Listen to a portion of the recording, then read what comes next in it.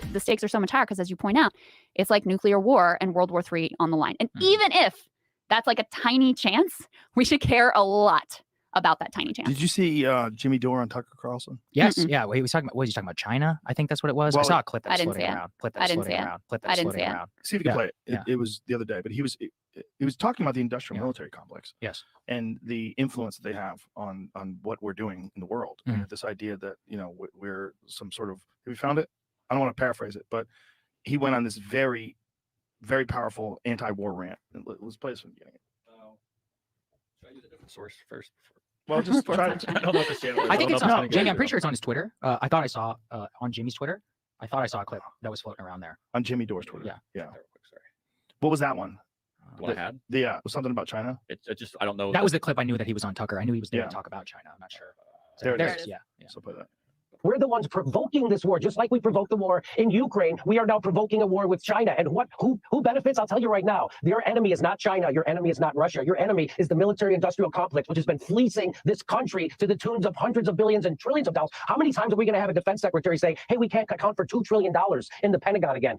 Which has happened twice now in my lifetime. So again, people are being the war machine cannot be stopped. Who's running this country? The war machine. It certainly isn't Joe Biden making these decisions. I would like to know who is making the decisions. And I just want to remind everybody, the United States is the world's terrorist. We just set the Middle East on fire in the last 20 years, and now we're doing a proxy war in Ukraine, which we provoked, NATO provoked, and it was just admitted that we provoked it by the former Prime Minister of Germany. And now we're trying to saber-rattle with China, and they're predicting a war.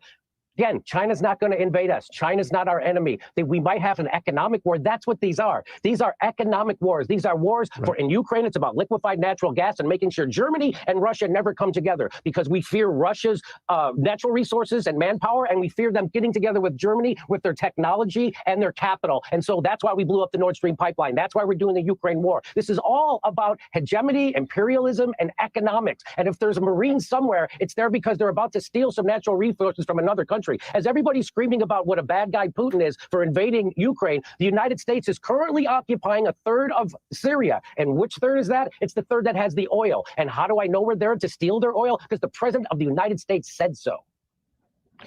And we're not even benefiting economically. Of course, that's the rub. Jimmy Dore, appreciate it. Thank you. Nord Stream, man. I forgot about that one. Yeah. You remember how immediately people were like, oh, it was Russia, all of that. And then an independent panel. Welcome to another episode of Straight Outta Politics. I'm your host today, CJ J, Compton J, any of those will work. But this edit is by, I think it's, Indie News Network. They did a short little edit of that video.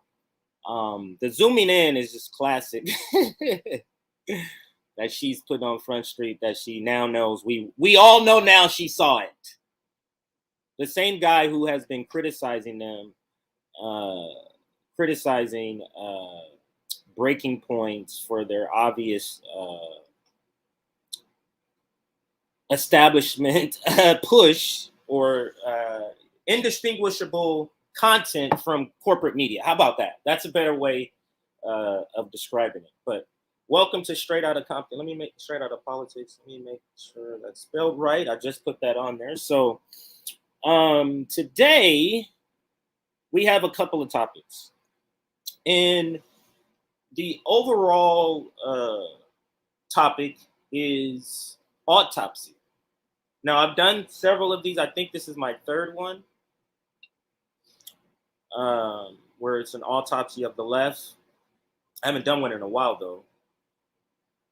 And so that's what we're going to be doing today, is the autopsy. That's the overarching. And then the sub sort of segments, mostly, not all of them, some foreign policy, are connected to that broader topic. For example, we're going to examine AOC's comments.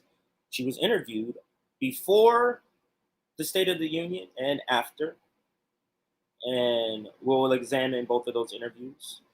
But that goes to the fight, the autopsy, the left U.S. fight the fight over the Democratic Party. So the themes in some of these segments is the same, and that is we're examining the collapse of the progressive idea that we can do this through the Democratic Party, and Democratic establishment through polls and sentiment, examining social media. They understand there's a lot of people upset.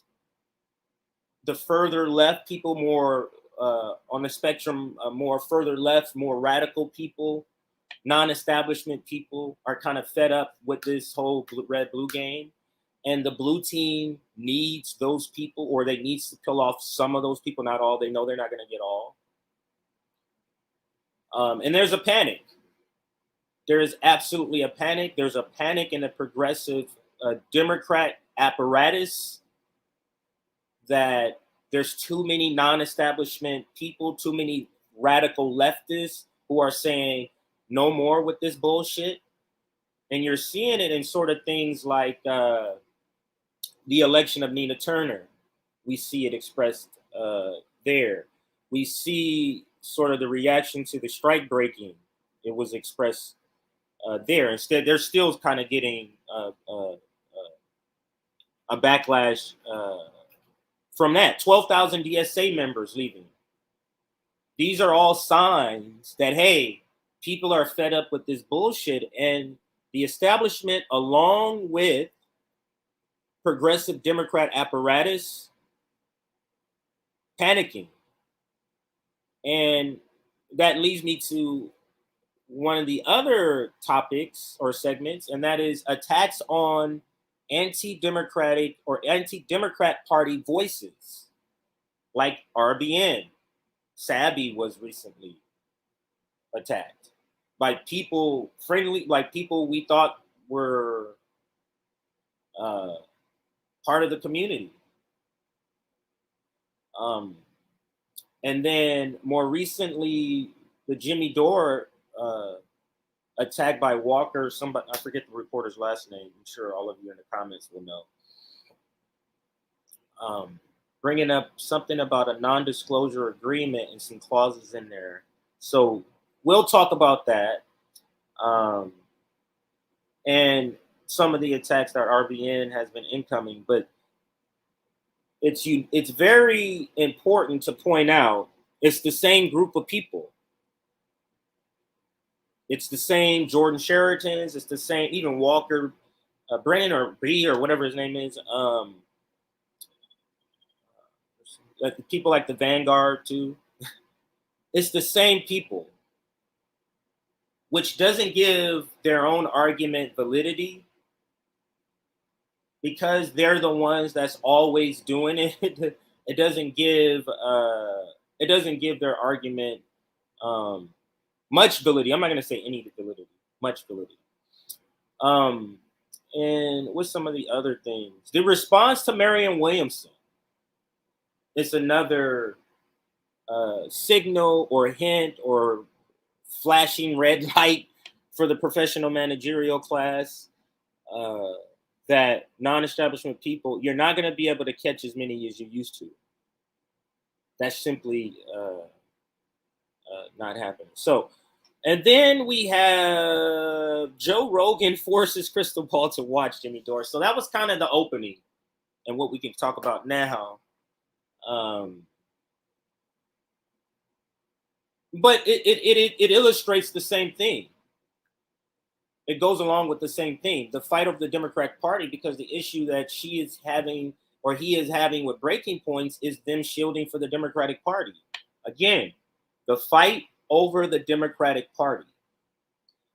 And then these other stories are foreign policy, but they tie in to the main topic of the fight over the Democratic Party because the Democrats are the ones who are doing this foreign policy stuff. So one of the foreign policy stories is how the U.S. Took out the Nord Stream pipeline. So now it's reporting. I don't even think it's a day old, where now they're admitting it. What happened? It was a covert operation. So we'll get to that. But again, Joe Biden green-lighted this. The Democratic Party, the fight over the Democratic Party.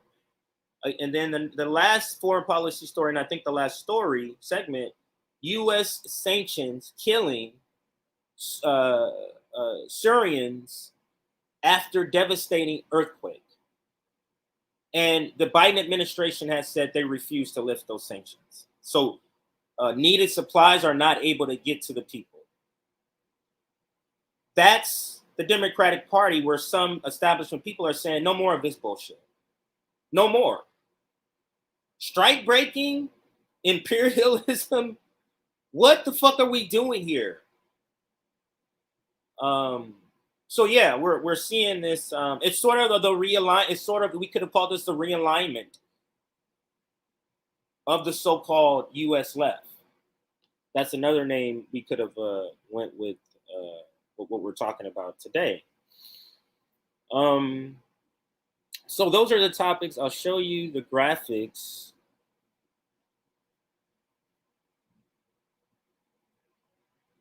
This is the broader topic of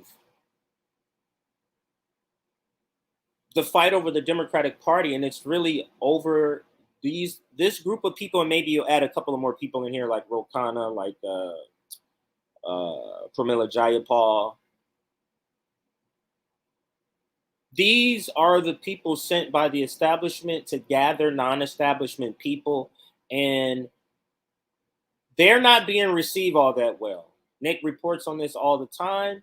AOC has a lower approval rating than Hillary Clinton and Kamala Harris. That's not by, if you know what I mean? Medicare for all is at like at 79, 80% approval rate. You are for that. Why isn't your approval rating at that same level? If you are for policies that people are for, how is that possible? Lower than Kamala Harris and Hillary Clinton? And then the intro and the topic we're talking in our intro now, having a ball. And I love, love, love this graphic that Aaron made, play on the words, and she literally put them on TV. So that is a great graphic. Thank you, Aaron. Just wanted to make sure. Let me see. Let me change this up here. So I'm going to change it and put that one as the main graphic because it's so nice. So let's put that one up. There we go. All right, so that's changed. Now I'm going to go to some of your comments, just intro comments before we get to the topic. Make sure you subscribe to Substack. So you get notifications when we go live. You get notifications. Clips. You get notifications for that too. Cinema. Hanging out with Romney is hilarious. The joke's on us. The squad was falling over themselves praising Biden. It was disgusting. Ralph Reed, thank you for the super chat. I'll still save that. Let's go. Hello, comrades. Surprised we are getting a show today after watching the SOTU speech last night. I know I wouldn't want to host after having to stream coverage of that waste of time. Yeah, I hear ya. I absolutely hear ya. And only because I know I may be off tomorrow, I was like, you know what? I'm going to try to squeeze in. Not saying I am for sure. I may be off tomorrow, though. Also, like the stream, we're approaching 200 people watching. Can we get 175 people to hit that like button? About 175 to hit that like button. Give a like for Aaron, too. And some of these just awesome graphics. Keep getting lots of comments about it. So let's do that for Aaron, too. We're at 81 likes. It's so about 90 more people. hit that like button, and we will be right at that sweet spot. Thank you for that. Last time I checked, I think we're at 700. We've passed 700. I don't have the exact, but I know we've passed 700. So let's put that up here.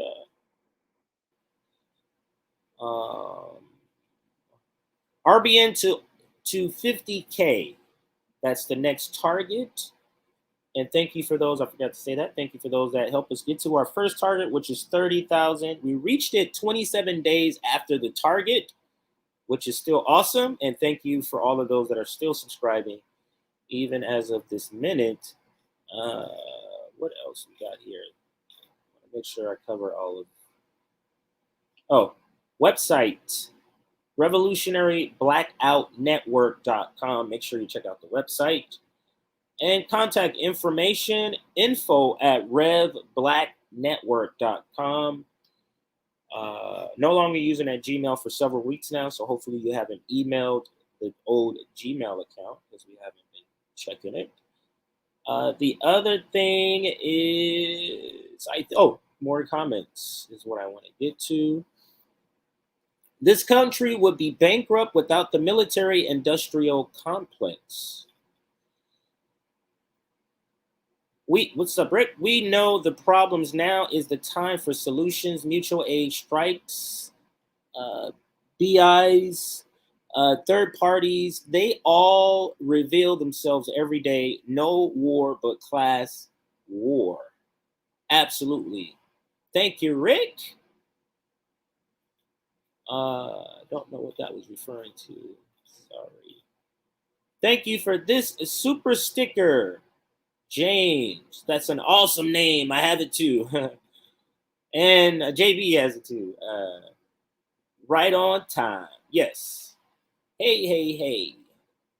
Okay, here is the name. Assura always right on time. You and Dana always with that information, answering what I'm at. It's Bragman. So Walker Bragman. I'm going to star that because I'm sure I'm going to come back to that name. So he put something on his Substack. Yes, another professional managerial class progressive Democrat. It's so bizarre, but anyway, let's wait for the segment before I start saying all the good things I wanted to say here. I've been going through a period where every little thing seems stressful. News seems so bad, so there's any cute kitten videos to tune into, and the algorithms almost always tries to give me sad ones. That's funny. You mentioned cat videos because RBN has cat video. And I'm not sure if I even shared this in a stream. It feels like I did, but I don't have a vivid memory. But let me share you the video so that it can bring your day up before we get into some. The first part of it is not bad news, but we'll get into some bad news towards the end with the foreign policy and what the United States is doing. So let me find that video. And I'm sure some of you, because we posted it as a short, or it was determined to be a short. That's why we weren't able to put a sort of a cover onto it. Where is it, Aaron? Aaron made this short video. Aaron's awesome. Okay, here it goes right here.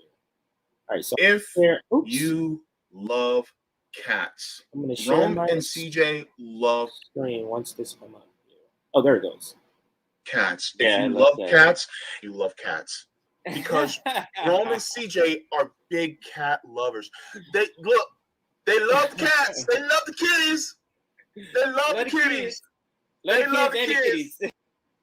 Yeah, and I see you guys some in the comments. That's fine. Our back office DM doesn't have any proprietary information. This is where we get our clips ordered. So no problem. All right, so now let's see if it plays again. I didn't start it from the beginning. I didn't. When it came onto the screen, it was already playing. So I wanted to start it from the beginning. So let's do it again. I hope it doesn't take me all the way back to the bottom of the messages. If it does, then I'll just bring it back up later. I'll pull it up on YouTube. Something. Yeah, because it's on YouTube. So let's do that.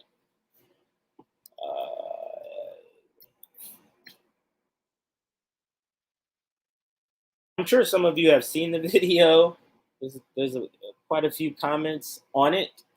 But let's show it to those that have not seen it, and let's get a better source than Twitter. I've got to start remembering to do this.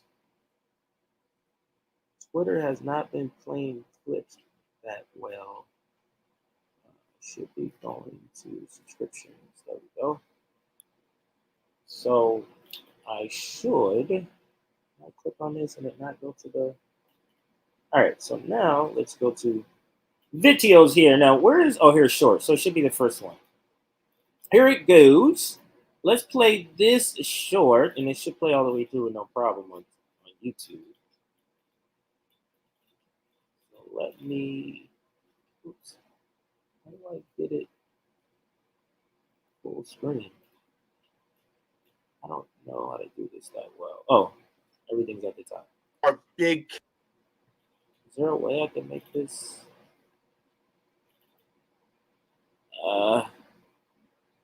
Cat lovers. They love cats. They love the kitties.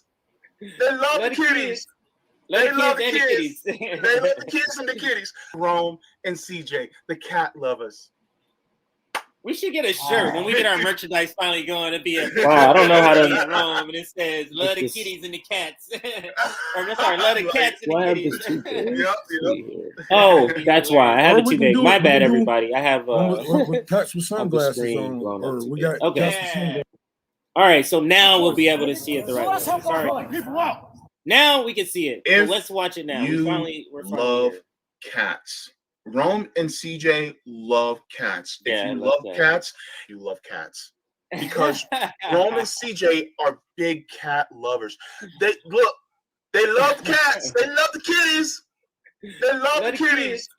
They love the kids. They love the kids and the kitties. Rome and CJ, the cat lovers. We should get a shirt when we get our merchandise finally going. It'd be a picture of Rome and me and Rome, and it says "Love the kitties and the cats," or sorry, "Love the cats and the kitties." Yep. That would be hilarious. Or we can do one with cats with sunglasses on, or we got cats with sunglasses, cool cats, something like that. If you All right. love cats. All right, I Rome think and I've already CJ spent too love much time cats. If on you love cats, this video. So let's go back to Twitter, and we're gonna start with the AOC stuff because those videos are ready to go, and we're gonna be getting this video from Case Study QB. And let's watch what she says pre. We're not going to watch all of it because it's pretty long. Just like 9 minutes. Yeah, like we're not watching 9 minutes of her talking. Or 5 minutes. We'll see. Let's see what she says. Depends what she's saying. If we're going to listen to all of this. But so this is AOC on the State of the Union. AOC. Let's see what she says. And let's say Biden. Let's include Biden on this. We can start here, Aaron. So this is AOC on the State of the Union and Biden pre-speech. And then we'll show you after. Here is her on CNN. And Congresswoman, thank you so much for joining me. First, what do you expect to hear, and what do you hope to hear from the president tonight? Yes, I hope to hear a really strong vision from the president about not just what we've done so far, but also our plans on executing on the enormous bills and successes that we've had in the last 1 to 2 years between the Inflation Reduction Act, even the American Rescue Plan. There still is implementation and execution on these plans to address our priorities around climate, taxing the rich, and so much more. And so I'm really looking forward to hearing a lot of specificity around how we plan to implement legislation that we in Congress were successfully able to pass. And So there's implementation of what was passed before when you were in the majority. Now you're in the minority. But do you still have an expectation that he's going to talk about some of the progressive ideas and policies that you've been pushing, that even though you couldn't get a lot of it done with the Democrats? Yeah, no, I think so. I think it is important for the president to lay down a very strong plan and a strong vision. And I think there's some encouraging aspects. I think we may be hearing a little bit, there's been some early data that we may be hearing a little bit about audacious plans on taxing the rich, stock buybacks. And I think that these are really strong markers that are important for us to put down, because they are, even though they are progressive, they're also overwhelmingly popular among independents, Democrats, and even some Republicans as well. So on that note, I mean, this is the first time you're going to be in that chamber, or that you're here as a member of the minority, not the majority. What are your expectations, your real expectations about working with Republicans on maybe not some of those tax issues, because I don't think a lot of them will, but other issues? Well, so I sit on the oversight committee, and every once in a while there are very odd alignments in some things that we find in common, sometimes going after defense contractors that are defrauding the government.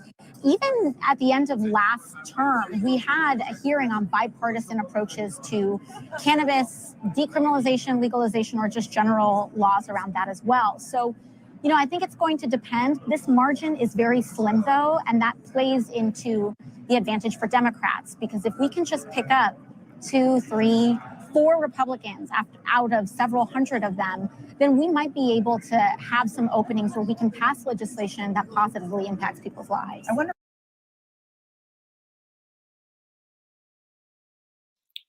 This woman is selling a pile of bullshit.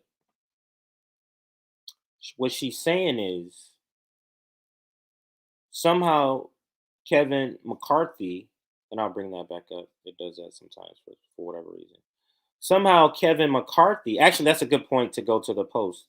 Somehow Kevin McCarthy is going to put up legislation that's progressive,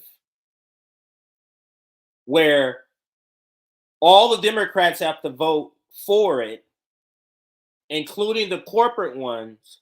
So they just have to peel off a few Republicans to get it passed.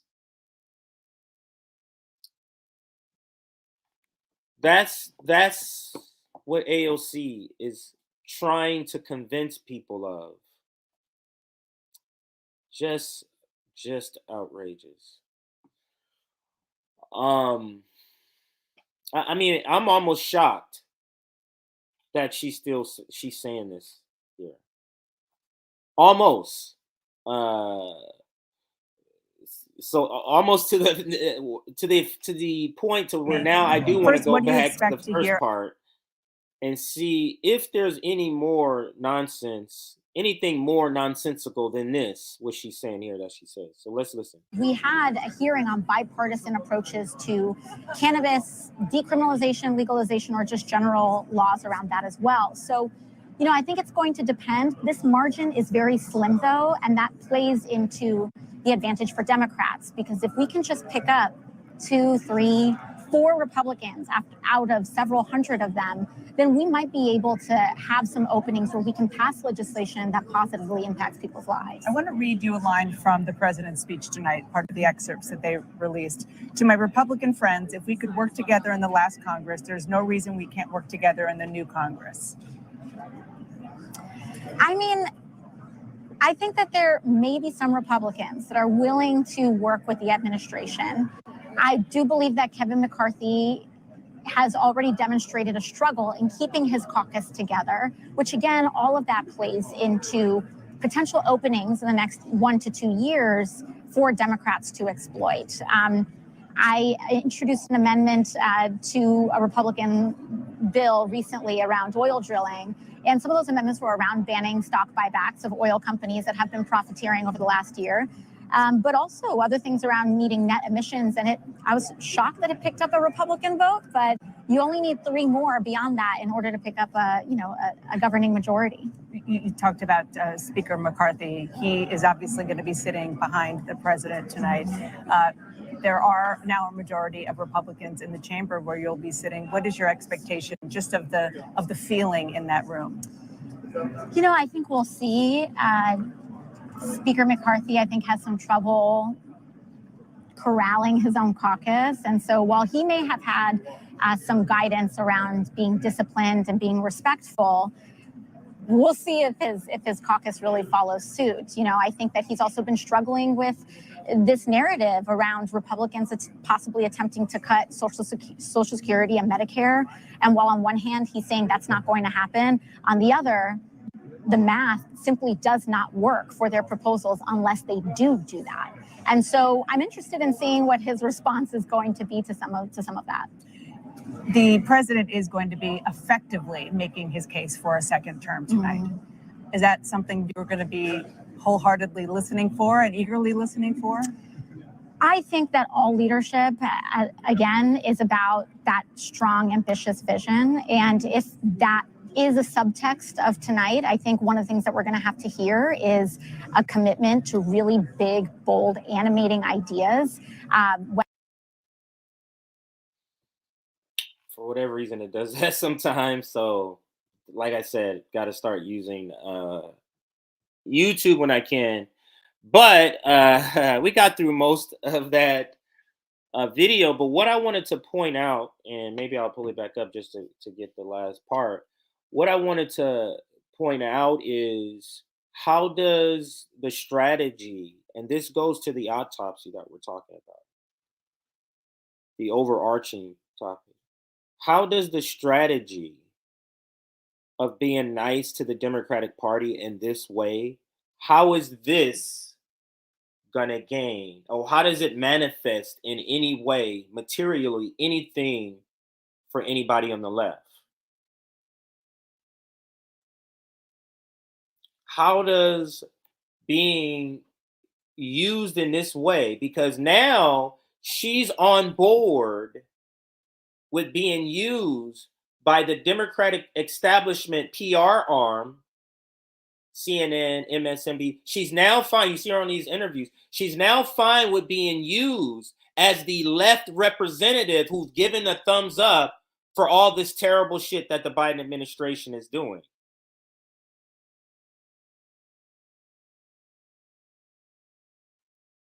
This is the fight that some non-establishment, some people on the left, like RBN, is saying, "Oh no, this is a bridge too far," and that's why you're seeing some of the attacks you see on RBN, because when you have a non-negotiable position, and that non-negotiable position being the Democratic Party is 100% not an option, period.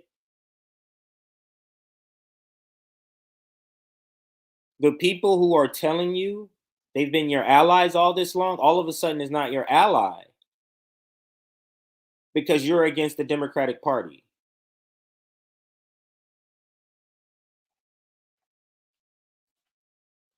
So let's I don't think there was much, but let me see, because she was just starting to say some good things. Let's caucus really follows suit. You know, I think that he's also been struggling with this narrative around Republicans possibly attempting to cut Social Security and Medicare. And while on one hand, he's saying that's not going to happen, on the other, the math simply does not work for their proposals unless they do that. And so I'm interested in seeing what his response is going to be to some of that. Now, this is the question we left off right here. Effectively making his case for a second term tonight. Is that something you're going to be wholeheartedly listening for and eagerly listening for?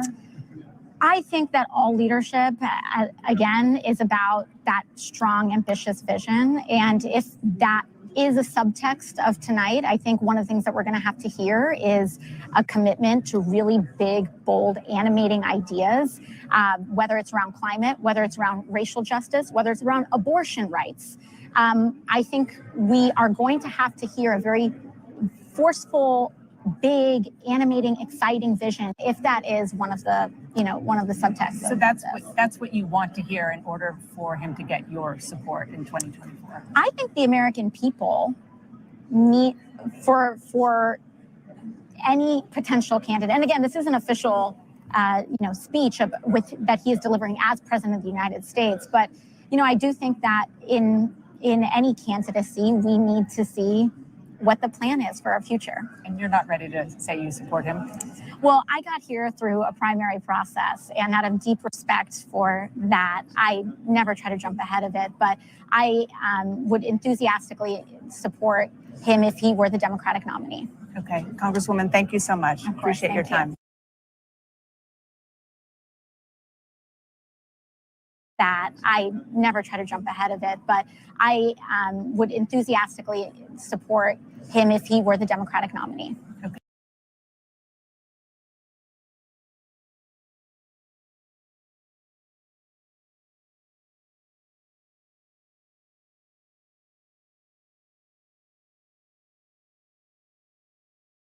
She would enthusiastically support. I'll tell you in a second. She would enthusiastically support Joe Biden. Is that what we signed up for? Those who supported her in the past, financially, or with your feet, or supported this apparatus known as the Bernie Industrial Complex, or the Bernie campaign, like Nick did.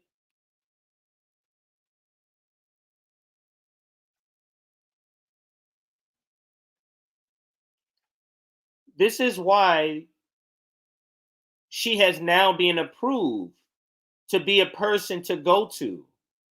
But they still feel a little slightly worried in what she could say. Like sometimes she might say something too much. But when it comes down to it, she's a good lapdog. This is and this is just the pre part. Now let's get to the next part. And the reason I felt like including this is important in the autopsy of the left, and we're talking about the broader topic of the autopsy of the left, and that the subtopic being the U.S. left and the fight over the Democratic Party, because that is what is the biggest sort of barrier for more reformist type people who want to go through the Democratic Party, like they're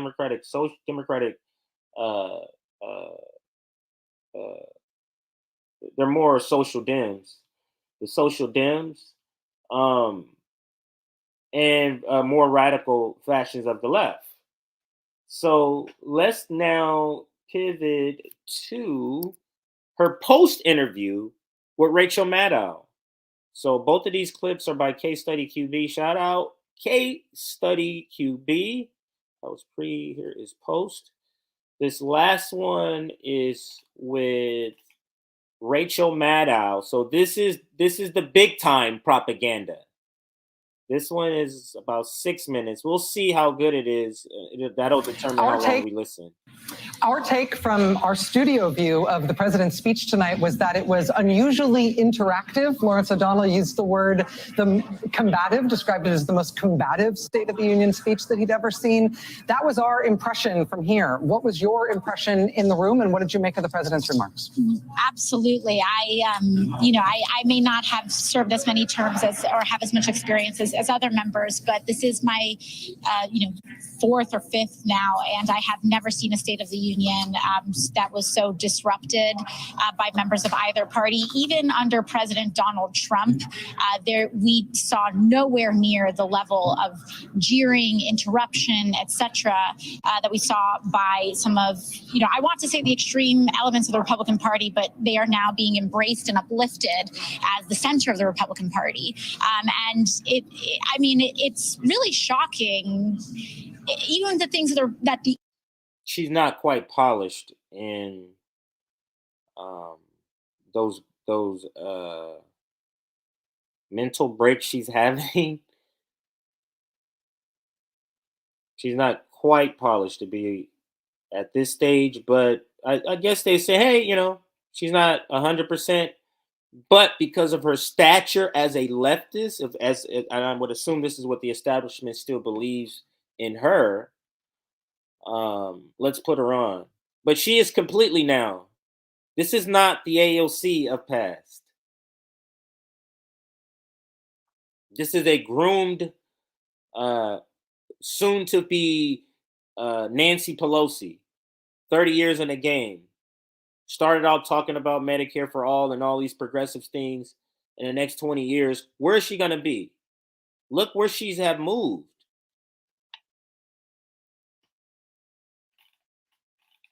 Look where she has moved since coming onto the scene in just 2 years.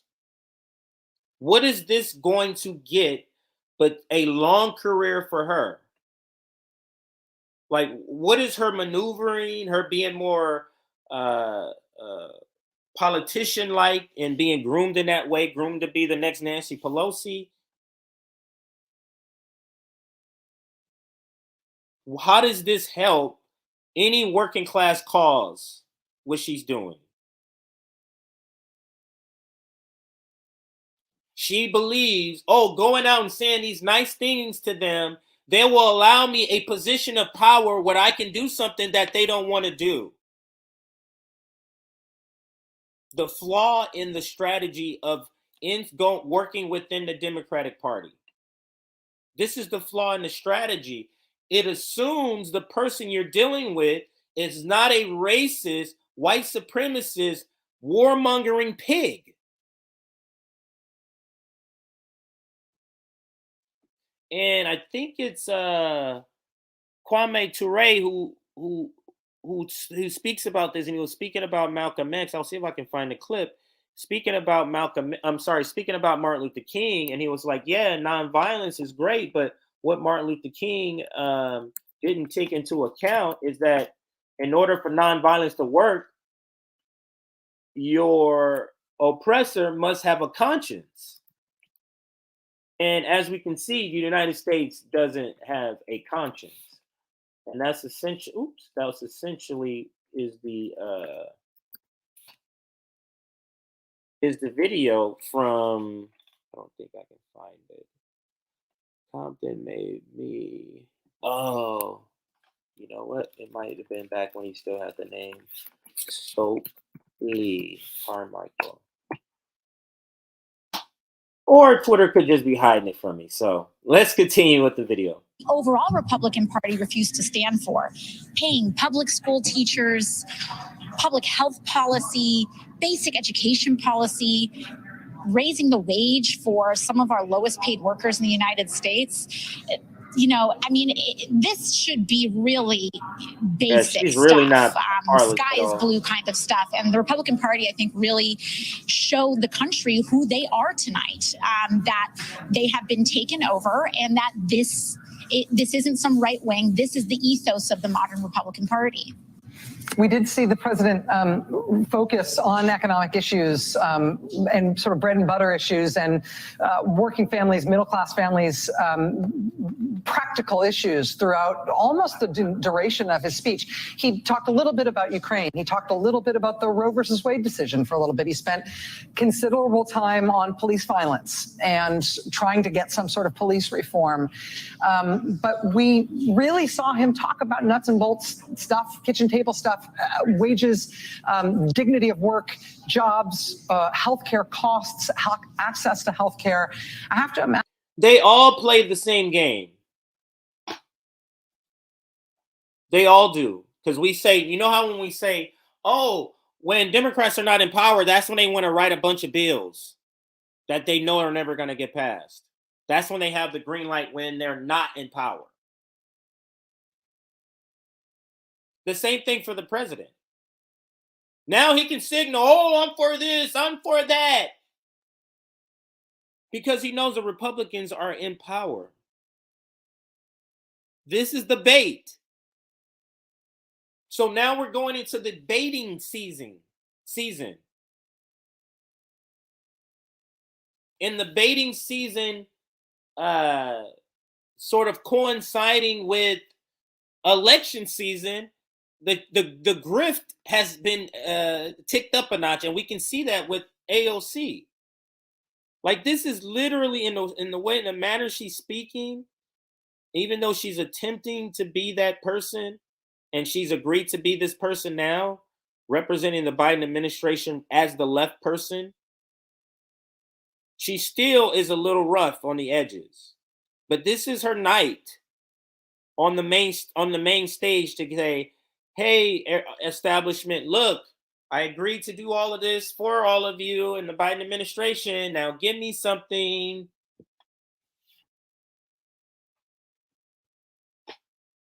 Just pitiful. Let's continue to listen. Imagine that in your district, given its profound diversity, both ethnic and economic diversity, that has to be I'm guessing that has to be welcome, just in terms of that being such a large focus of the president's remarks. Yes, absolutely. You know, I do think that the forcefulness of some of the language that he used, calling out Big Pharma by name, really naming these caps that we have passed on the price of insulin, on out-of-pocket costs, it is powerful. And this is some of the most animating issues that touch the material reality of everyday Americans. I think he did a good job of that, while also not letting off corporate greed. As you know, he called out the profit margins of big oil. I mean, I think that it was definitely impactful, and it was surprising, I think, even to some of us, compared to some of his past State of the Unions. Let me ask you about something I just referenced a moment ago, but let me just ask you in detail about what you thought of. And this is what they're getting her for. And she has no shame. Wait, is not letting me? Oh, I see the line now. Sorry, didn't see the line. It overlapped with the banner. All right, so let's listen to this last part again. Called out the profit margins of big oil. I mean, I think that it was definitely impactful, and it was surprising, I think, even to some of us, compared to some of his past State of the Unions.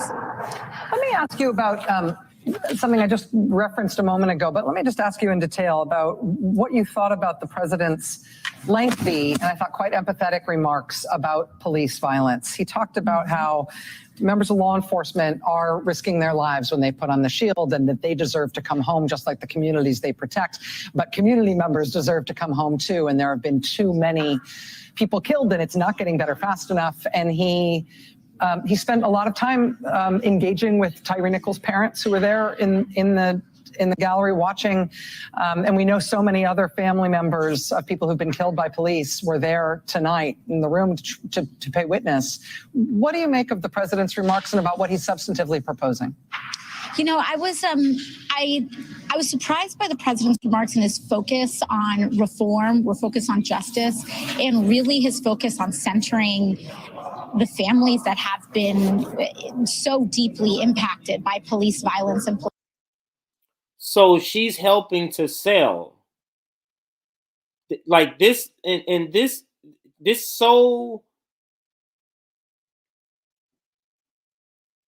interview so illustrates why there is a fight over the Democratic Party.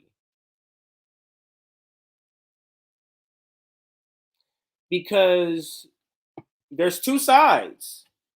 Either you're landing on the side that you're saying the little bit of good that could possibly happen in 30 years from this strategy is worth all the things you have to swallow by keeping yourself attached to this progressive Democrat strategy.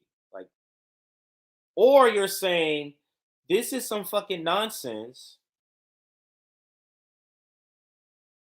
and I'm not participating in it.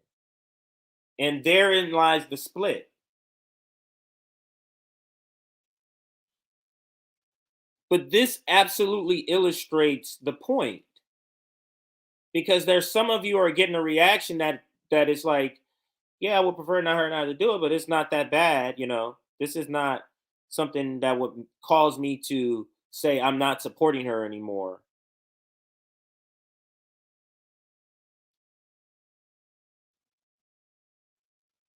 This is not enough for me to finally say maybe she's not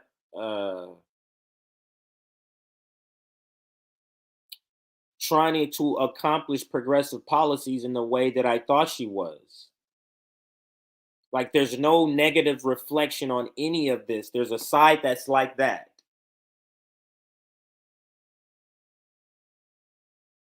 Then there's the side like RBN and Jimmy Dore, which is the reason for some of the attacks.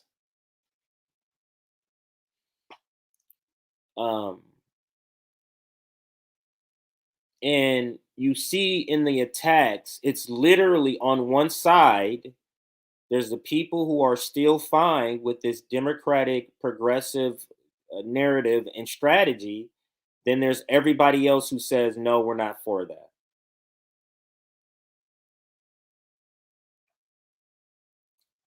Let's listen to some more of, let's see what else, how this can get even more terrible. 2 minutes left.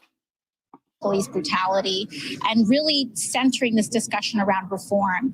If you contrast that with his speech just a year ago, where, you know, this two-dimensional frame of fund or defund, and it was, we're going to fund the police, this is a very different conversation, and one that advocates have been asking for a long time. See what is happening on the ground, see and acknowledge the reality that our communities are experiencing, and that this is a problem that has gone unaddressed for far too long.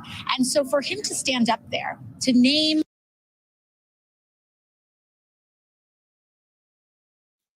So she's acting, or maybe I'm taking it the wrong way, because she said all of that, but then to insert like Joe Biden said a little bit, it kind of makes it seem like he's saying what she's saying.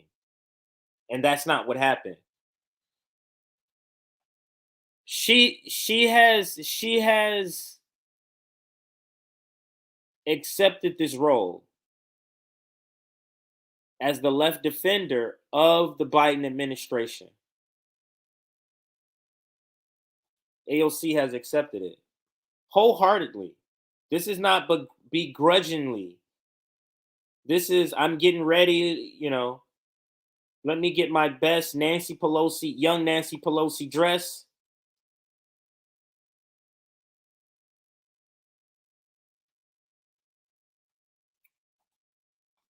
You know, the George Floyd Justice and Policing Act, which in and of itself, advocates already believe that it doesn't really go far enough to address the core underlying issues, but still for him to name this legislation, it's a long way from just a year ago, where it was really just about how much more money can we pile into these local departments in order to fix this issue. I also think it's an acknowledgement of the fact that this isn't really connected to funding much at all in terms of how we actually lower these instances of horrific violence in communities. And so I thought it was encouraging. I know myself and some other members were kind of waiting for the shoe to drop. We felt like there was kind of this wind up and that there was going to be a but.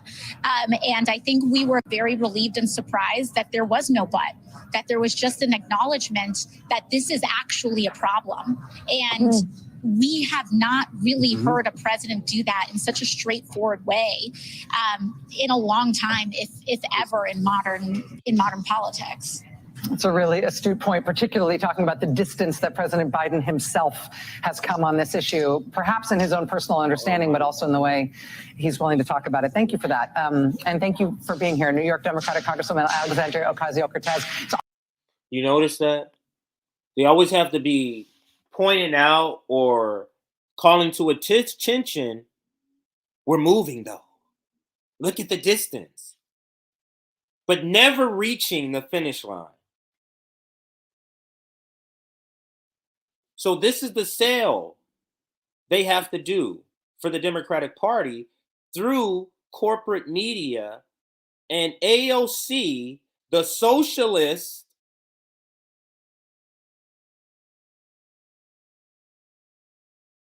is out here stumping for the Democratic establishment in the Joe Biden administration, giving it the leftist stamp of approval.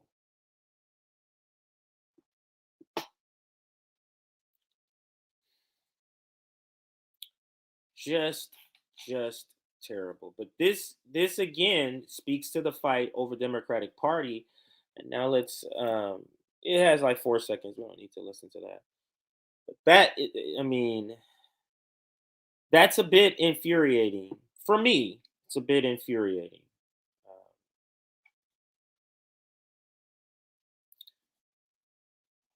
Yeah, okay, I'll leave it there. So let's go to Twitter and look at some of the tweets. So this is how I found out about the, what do you call it? You said Bragman, Walker Bragman video. So let me bring that up here. So that story's coming up next. These 2 stories are coming up next. How America took out the Nord Stream. So I'll be getting to those articles next. And we watched that one already. I thought, oh yeah, here, now we're getting down into it. So I thought, let me scroll down and get everybody's comments so I don't skip anybody. So, all right, so there we go. All right, so it starts here, I think, with Aaron. This is how I think, yeah, this is the first one. This is how I found out about what's going on here. And this is still in the broader topic of the autopsy. Because remember when I opened up the stream and spoke about how the desperation of the Democratic establishment and the desperation of the progressive Democrats and their desperation to stay relevant, to stay relevant within the Democratic establishment. Even though they're at the kids' table, they're still at a table. So let me read. Oh, let me put up the banner first so we can get this segment started. I think I prefaced it enough. And attacks on anti-MO or Dem Party.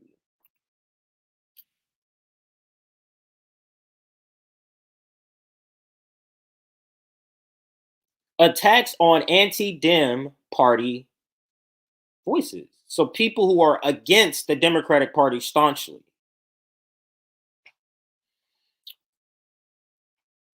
That's why you see people like Max Blumenthal, Aaron Mate be called out by the same sort of people.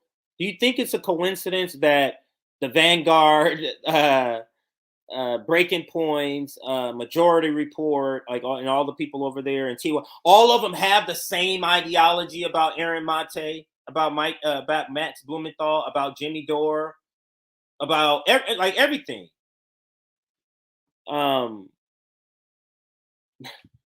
It's a weird choir they have, echo chamber they have over there. But let's read how I discovered this, and we're gonna get back to the main article, the Walker Bragman article that brought us all here. So Aaron Mate says, actually, let me throw up some comments here. Let me make sure there's no here. AOC is not a socialist. She's on the social list. AOC is about the left, is as about left or socialist as Karen Kasparian. I always say her last name, sometimes I say it wrong. AOC strikes me as having a powerful addiction more than a money addiction. She knows that paper gonna roll in with it.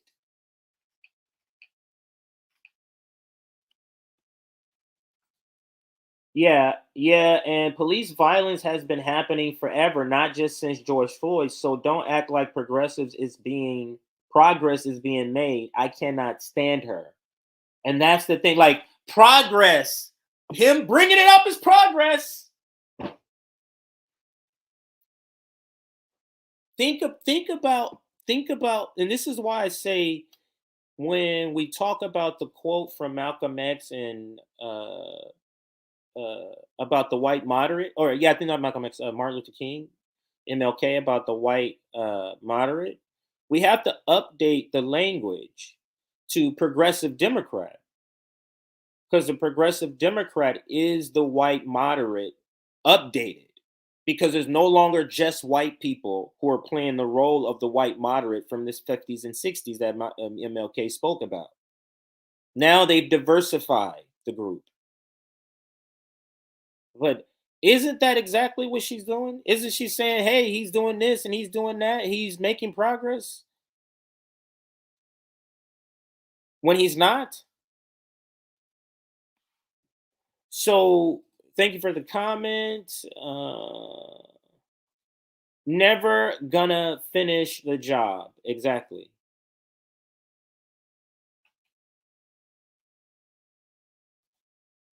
AOC is living Rick roll. I think that was supposed to be how it was said. Let's go. The ideology of ignorance. All right, so let's continue with this here. Where did I leave off?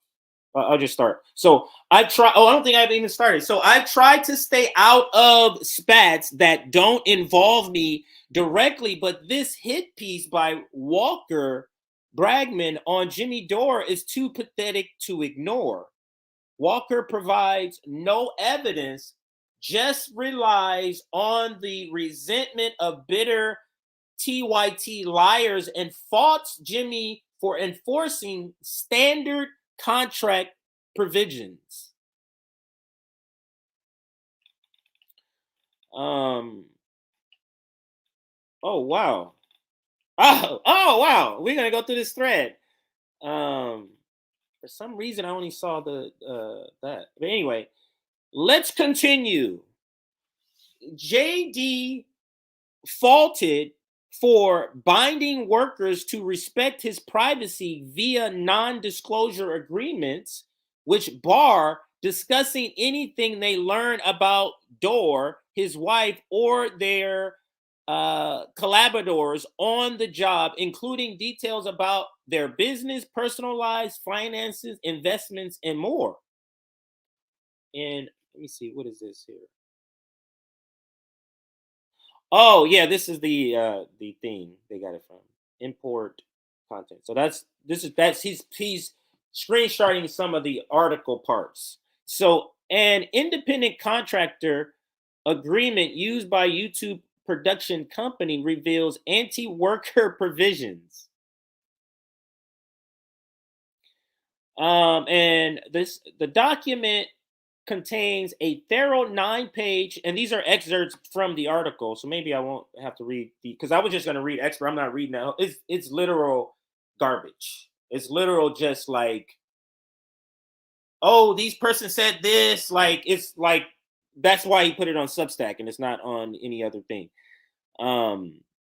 Because he's not an independent reporter, I don't think. I think he works, because I haven't looked at this guy in a while, so let me actually look it up before I start saying stuff here, because he could be independent. What is he on? I don't know. I don't think he has it listed here. He just has his Substack, which is his thing. So, which is fine. So if he has a Substack and that's his only, then maybe he is an independent reporter. So let's continue. I don't know much about him, so I don't want to say much. I know a lot of you know a lot more about him than I do, and I don't want to put that out. I don't want to say more than I haven't confirmed in my own self. So I will leave it there. But I know a lot of you know a lot more about him because I've seen the comment. I've already seen the comments. The documents contain a thorough 9-page, 3-page long confidentiality section, effectively prohibiting contractors from discussing anything they learn about Dore, his wife, or their collaborators on the job, including details about their businesses, personal lives, finances, investments, and more. Now, I know non-disclosure agreements is a topic of discussion on the left, and as a issue with worker rights. RBN, when we were FHL, this is actually a discussion we have about, do we want to do NDAs? I mean, we all voted against it. I think it was unanimous, but there was at least a discussion about it. Because in the beginning, before we started, we were at 5,000. We were like, yeah, what if this thing actually gets big? And, I don't want people know. And I was one of them that was like, yeah, I don't want people knowing my personal life and coming to my house, because I would shoot a motherfucker quick and ask questions later. So there was a concern which prompted the conversation, but then we all decided not to do it. So I do know there is a discussion or debate, maybe is a better word to say, on the left about that. Is this 6.4? Maybe this is 6.4. Maybe this is an excerpt out of the contract, and it says, contractor acknowledges and agrees. Oh, this is the actual wording from the contract. Contractor acknowledges and agrees that the privacy of Steph Zamarano, I always say Steph Z. So Steph Z and James Dore, which is Jimmy Dore, their family members and the individuals whom they collaborate are highly valued, and that their efforts are made to maintain confidentiality with respect to all information and other materials of every kind concerning them.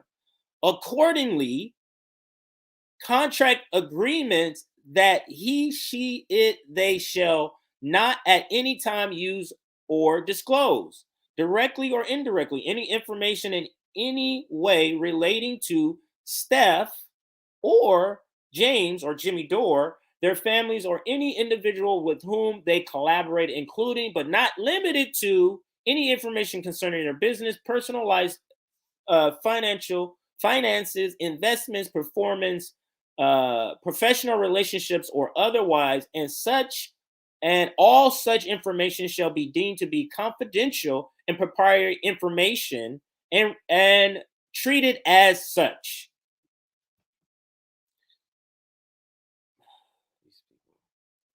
Because it feels like I shouldn't have to even go through this, and that's the flash I just had now. Like, why do I even have to go through this? But it's because we have people who are marketing themselves as journalists, who are marketing themselves as good faith, and they're not.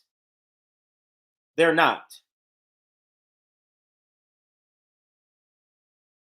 And RBN has had similar attacks. We've had people put information out that they found on LinkedIn about members here, and not members, but members' relatives, members' in-laws. Why is that? Would they be doing that if we were just saying, yeah, let's work? AOC is great. Would that be happening?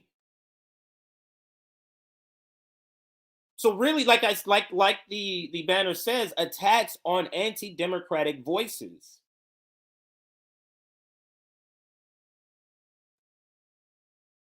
I mean, is this even a news? Is this even rises to where it should even be a news story?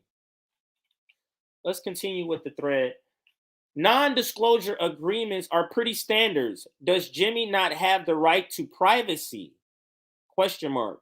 He does. That's why a TYT producer even has to admit that this provision lines up with the kind of person who wants to protect themselves.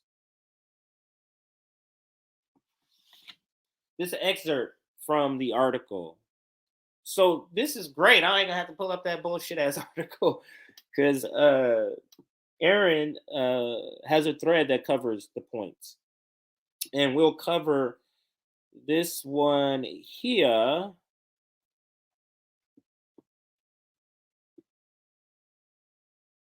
Dan Evans, a former TYT associate producer who worked on Dore's show, Aggressive Progressive, offered up similar diagnosis, explaining, quote, he is not really that ideological, but knows a couple of buzzwords and knows how to do his canned rant that he's been doing for almost a decade at this point.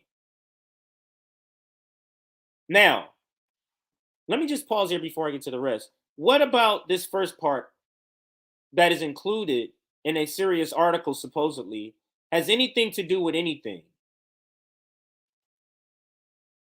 Your opinion on his ideology. And this is what I pointed out on Twitter. The irony in progressive Democrats pointing out that somebody's not that ideological is laughable to me. The progressive Democrats who are all of a sudden for war, all of a sudden for the Israeli state, all of a sudden who's for Joe Biden now, and Hakeem Jeffries and the squad voted for him. Fuck out of here, man. Let's continue. Quote, I mean, that sort of contract lines up with the kind of person who may have had issues with workers in the past and wants to protect themselves. This is why I feel like it's like, why am I even going over this? But it's needed. Because the clown crew, the Vanguards and the Sheratons, they jumped on this shit. Look, not even serious about workers themselves. Look what anti-worker Jimmy Dore is doing. This is such a professional managerial class stunt and a professional this only works with that group. There's no worker at Walmart who's looking at this going, oh, okay, well, I guess no one. This only works with people who are projecting to be for workers who are not. Look at this provision. Weak as fuck. Let's continue. But in Evans says, but in like broader context, this is a person who causes issues with people he works with. So Dan Evans is one of the people that Aaron Mate refers to as ex-TYT disgruntled. I don't think he's used disgruntled. Ex-TYT employees. After reading this, I can go back and get the clarification. But let's continue in the thread. There might be a couple more items here. This one here. The other of Jimmy's harsh provisions that is in the case of dispute, employees commit to forced arbitration. But down below, Walker admits that arbitration is common in many work contracts, sometimes preferred in union workplaces and often faster than litigation. Now, this does not at all say that you are for arbitration. I don't want you to get that idea. But what I'm saying is, or what Aaron is pointing out here is, how are you saying this is common, but you're writing an article as if Jimmy Dore is doing something nefarious? That's the point. You're making it seem like he's doing something nefarious, but at the same time saying this is typical, like what Dan Evans said, and also what he's saying here. And what's so funny, these are TYT employees. TYT employees employees under Cenk Uygur. Union busting Cenk Uygur. Those people who work for him are now upset at Jimmy Dore for provisions in his contract with a handful of employees or contractors. Maybe y'all should not be the one delivering this message. After admitting that arbitration is common and even preferred, oh wait. Oh, he points out the document. Harsh provisions that disadvantage workers, including forced arbitration. And then he has the provision. I'm not going to read all of this legal language, but this is the arbitration information that you can look up. This is the actual excerpt from the contract.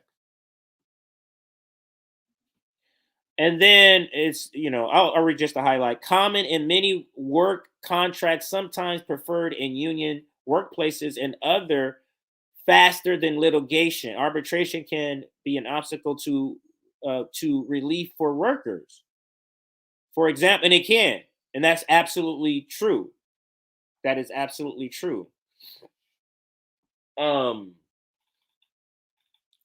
Let's continue. After admitting, is this the one after admitting arbitration is common and even preferred by unions, Walker compensates by claiming that arbitration deprives workers of their ability to be heard by a jury. I don't know if maybe he did say that. I don't recall to be heard by a jury. But forced arbitration is not that good. But yes, and it also deprives everyone involved of time-consuming court cases and heavy legal cost. So that's the point. I do want to finish this out because I think the point is belabored that this is just more of this nonsense here. Having Zurich to go on, Walker Bragman turns to Jimmy's ex-colleagues at the middle-aged McCarthyite TYT. He maybe doesn't realize that they've already been caught lying about Jimmy Dore, and he provides the video, but I'm not going to go into this all of that. So he lets them lie again. But if you want to go and source all of this stuff, there is the source there. I don't need to do that. Anna, the first fabulist, claims that Jimmy made comments about her legs. No, the original allegation, the one that TYT tried to fake me to meet him over. Oh, I didn't even know that about Aaron Mate.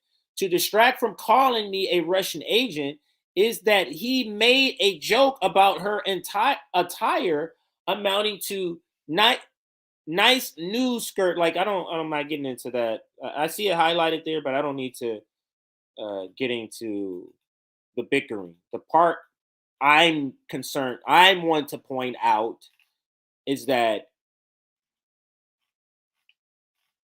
pieces like this are coming out. Now let's go to what Jordan said here. Pieces like this are coming out specifically about Jimmy Dore. And he actually did a video. I wonder if he put out a new one about this last Walker Bragman piece. But maybe it was coincidental that this came out, or when I noticed this, he happened to put out a video where I think the Daily Beast put out a hit piece on him. So maybe I'll bring up that video in a second. But to the point of the segment, these attacks are specifically because he's not down with the Democratic Party. The attacks on Sabi, the attacks on RBN are attacks specifically because we're saying, no, that's a hardline stance on the Democratic Party.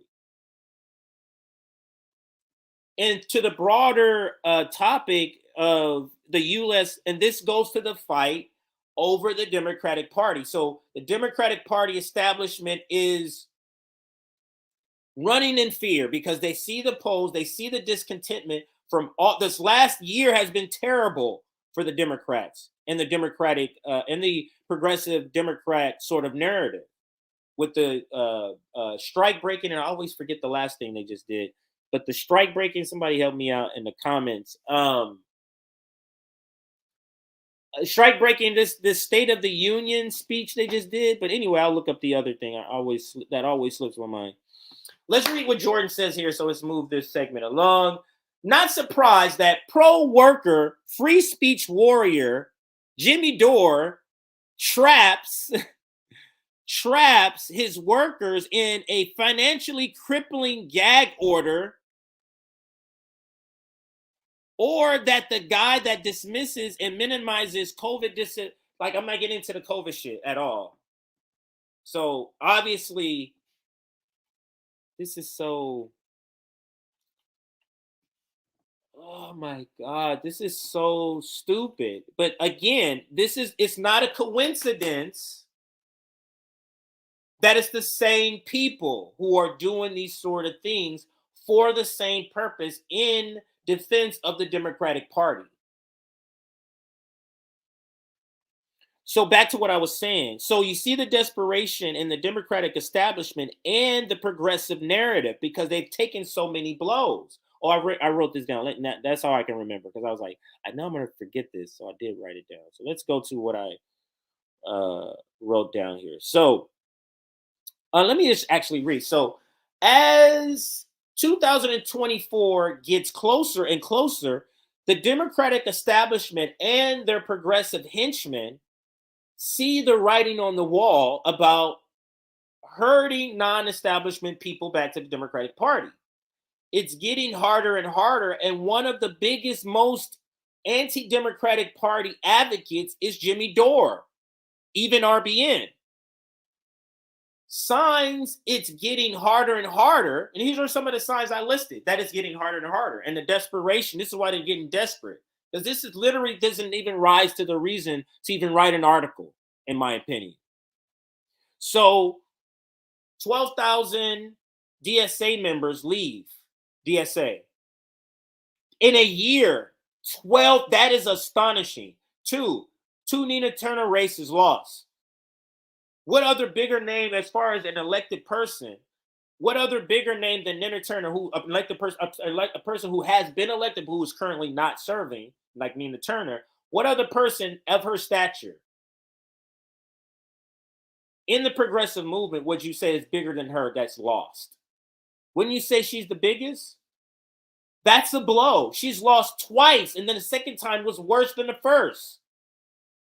A clear sign that people are saying, I'm not with this shit.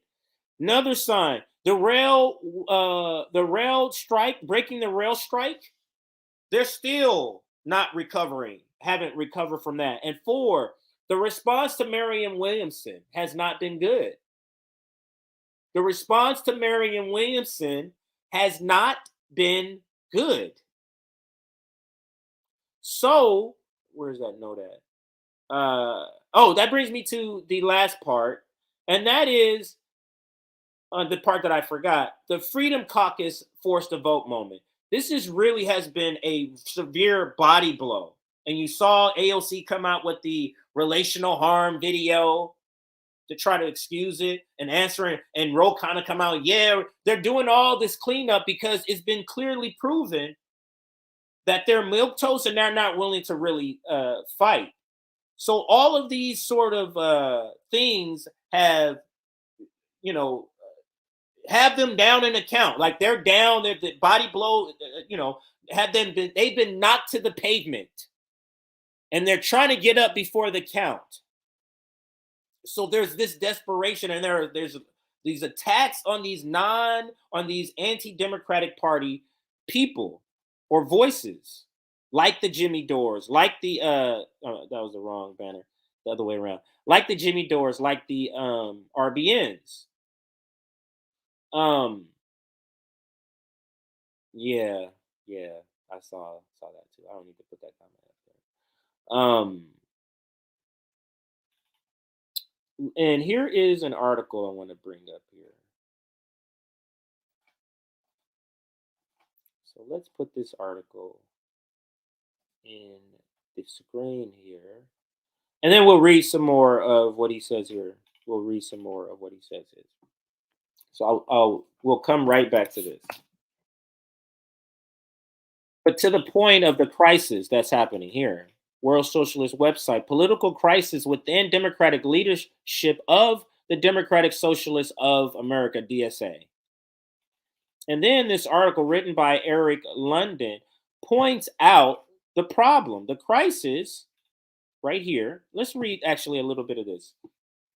2 years after the coming to power of the Democratic administration of President Joe Biden, a political crisis has erupted inside the leadership of the Democratic Socialists of America. The crisis is rooted in the organization's inability to mask its increasingly naked pro-capitalist, pro-imperialist essence. A long string of actions by the DSA is breaking down the illusion of thousands of DSA members who joined the organization believing it was an opponent of imperialist war and capitalism. This. That's why I said, like I always say with Nick on a couple of streams, the last 2 years for the Democratic Party in this progressive narrative have been devastating. And you see it in the numbers of the DSA. And let's scroll down to that part.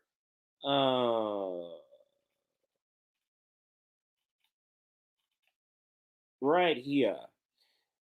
DSA leadership acknowledged that it has produced growing disillusionment amongst the leadership, with leaders at a recent public forum noting widespread demoralization, exhaustion, and a mood of political uncertainty.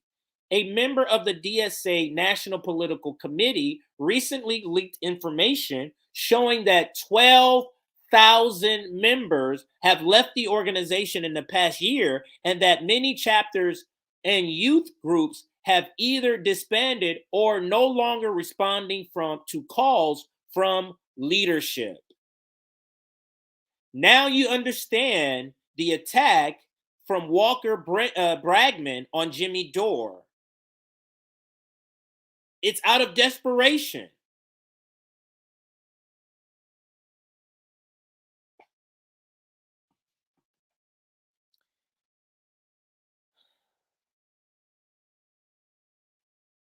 You know, people attack us also because it's not often, because a lot of our videos are demonetized, but those that aren't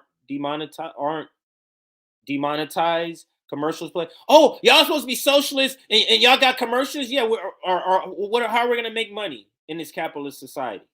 It's literally, and I forget the phrase that somebody much smarter than me says, but it has something to do with. But anyway, I don't want to go off on a tangent, because that does go on a tangent. But it feels similar to this attack.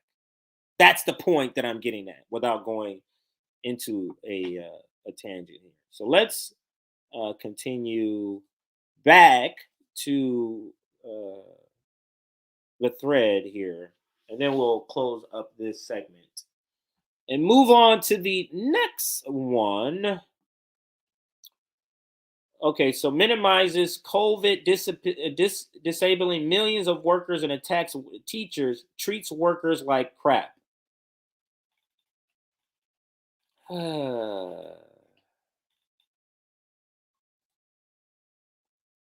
Jimmy Dore says the same thing about it. A basic non-disclosure agreement standard for every job in media are financially crippling gag order. Maybe the guy who lost his job because he used his status as a reporter to rope women into pervy threesomes should probably sit this one out and let others grasp at straws. And that's perfectly put by Jimmy, in my opinion. Now, remember how I referred to Jordan as the guy who uses his status as a journalist to get credit for stuff? Here's another example. Fired from TYT for trying to use his status as a reporter. to get something. Now, I'm not going to go into rope women and all that, but get something. That's the same thing he's still doing.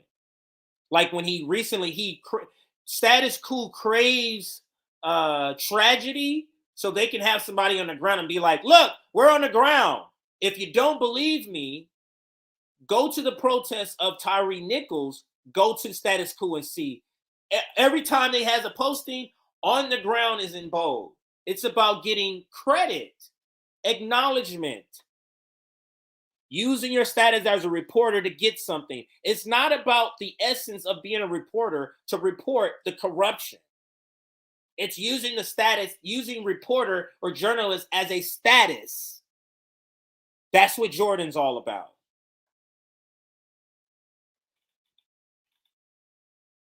And I mean, why even, you knew Jimmy was gonna coup d'etat you here, so why even do that? And of course he was racial, but I mean, Jimmy has a lot more subscribers, I believe. So I can't believe that Jordan has 125,000 people that follow him, because sometimes he doesn't get 5 likes. I don't understand how that's even possible. And Jimmy has 435,000. So of course Jimmy's gonna ratio him. So this is not the ratio that other ratios could be. But I think I covered that enough. This is really pretty sad. But again, it's because it's out of desperation. And but it still doesn't make it not sad. Let me make sure I don't have any other receipts with this one that I saved. Yeah. Somebody else points out the same thing. Who is this? This is Gray Zone reporter. I'm gonna actually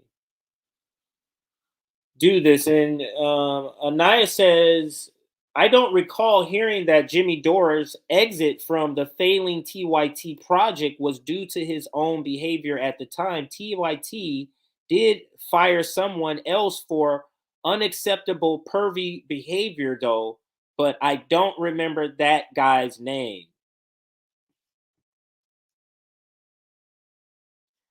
This is why this is such a PMC thing. Like, why bring this out if you have this in your back? I don't understand some people sometimes. I don't understand people sometimes.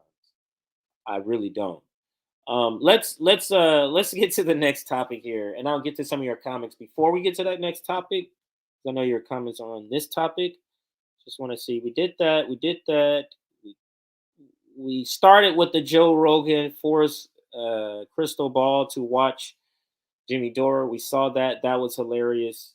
AOC on the State of the Union, attacks on anti-democratic party or Democrat Party voices.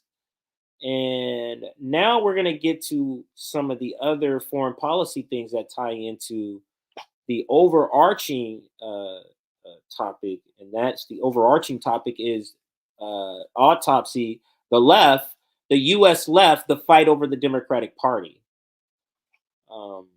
So we'll get into some of one of the foreign policy stories, probably the Nord Stream, maybe Nord Stream. Actually, no, we'll get to the devastating hurricane and how U.S. sanctions are preventing the medicine, the supplies needed for the people there at this devastating earthquake. And I think the death toll has surpassed 10,000, I believe. I'm almost sure. I believe so. But we are at 285 in likes. Thank you so much to everybody that has hit that like button. Now, let's see. Our next target, we're at 330 watching. So could we get another 30 people hit that like button? Let's get to 315. Let's see if we can push us to 315 before this next segment here. Let me bring in, see if I can bring in the article here. Did I save it? Oh, no, I posted it. So let's go there.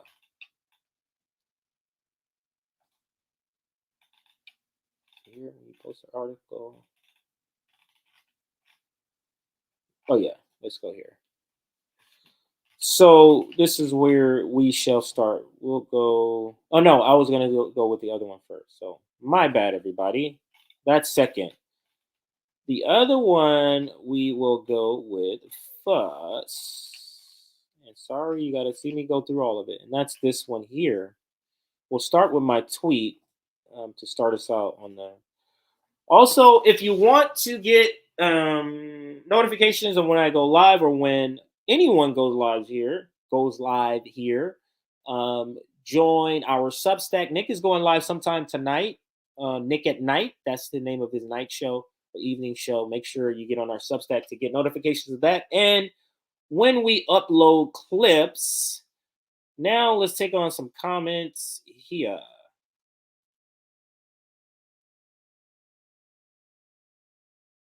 Jordan is full of himself, but I think he gets some things right. Now, he could want credit for the Tyree Nichols coverage, but the coverage was good. Like seeing the footage, and I think seeing some of the footage, Tina's her name, that Tina was able to capture there, that's all good footage. But doing it because you a fellow citizen and your needs are met to where you can go and do this work, that should be the reward. Not to be like, oh, they're on the ground there to get reward from doing the work. That to me is what it makes it not what it should be. Thank you for the super sticker there.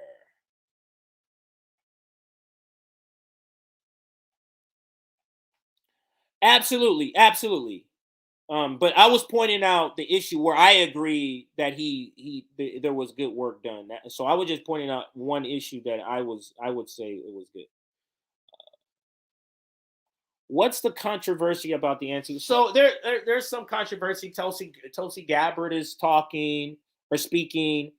There was somebody else, Scott Ritter, he's not anti-war, and he says that. It's a tweet I've seen many times where people have pointed out he's not anti-war, but he's against the Ukraine war. So he's speaking out.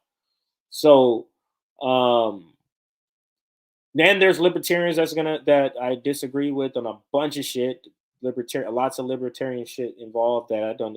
But we're coming together with people we disagree with on a lot of things in order to talk about to rage against the Ukraine war.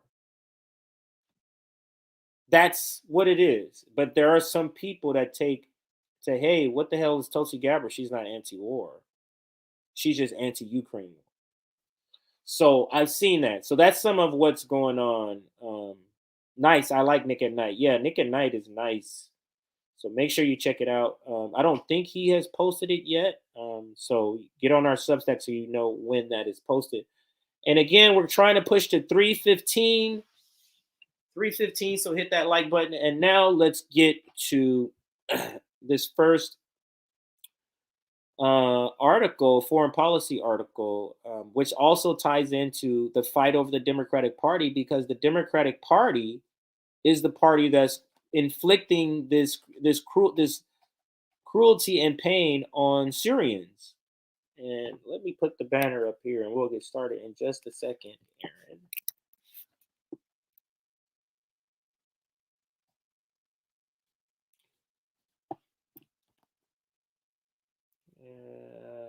Let's type it up this way.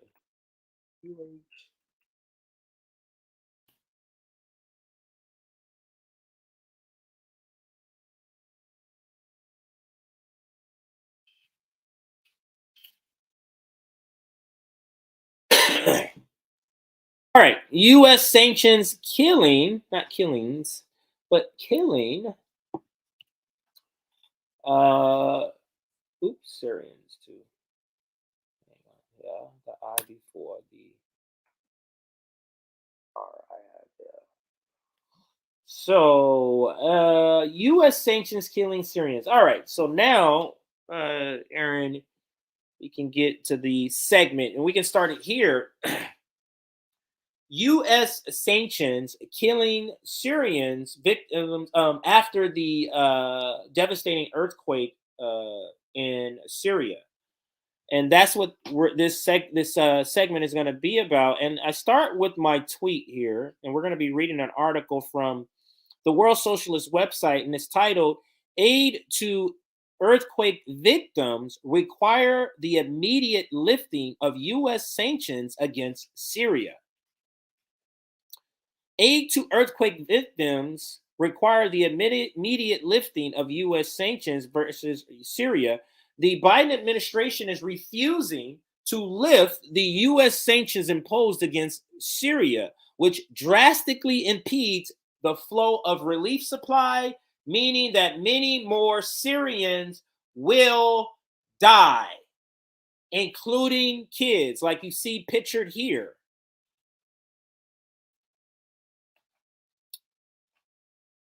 But then there's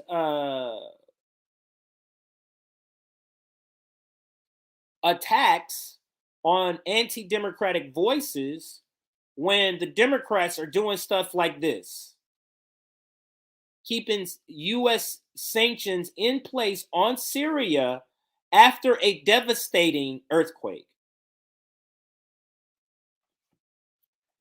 Now let's bring up the actual article here. This one written by Niles Nyamuth. I think that's how you said, 16 hours ago. And let's dive into this article here. Let me make sure I'm spelling these things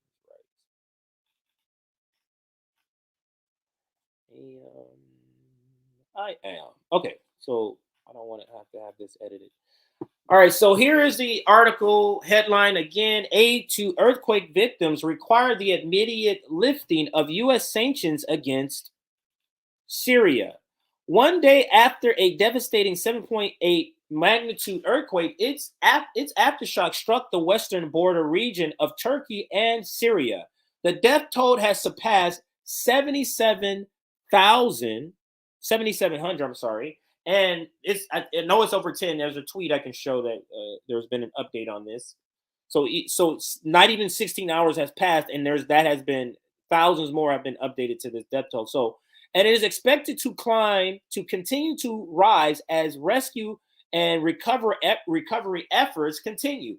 The quake is one of the strongest ever recorded in the region and the deadliest in nearly 25 years. More than 11,000 buildings were destroyed by the quake across 10 provinces in Turkey, including skyscrapers and hospitals. Videos posted on social media show entire apartment blocks suddenly collapsing into dust. In northwest Syria, whole families were left trapped under the rubble of their collapsed homes. Tens of thousands across both countries have been left wounded, and hundreds of thousands are now homeless, struggling to survive in freezing weather temperatures.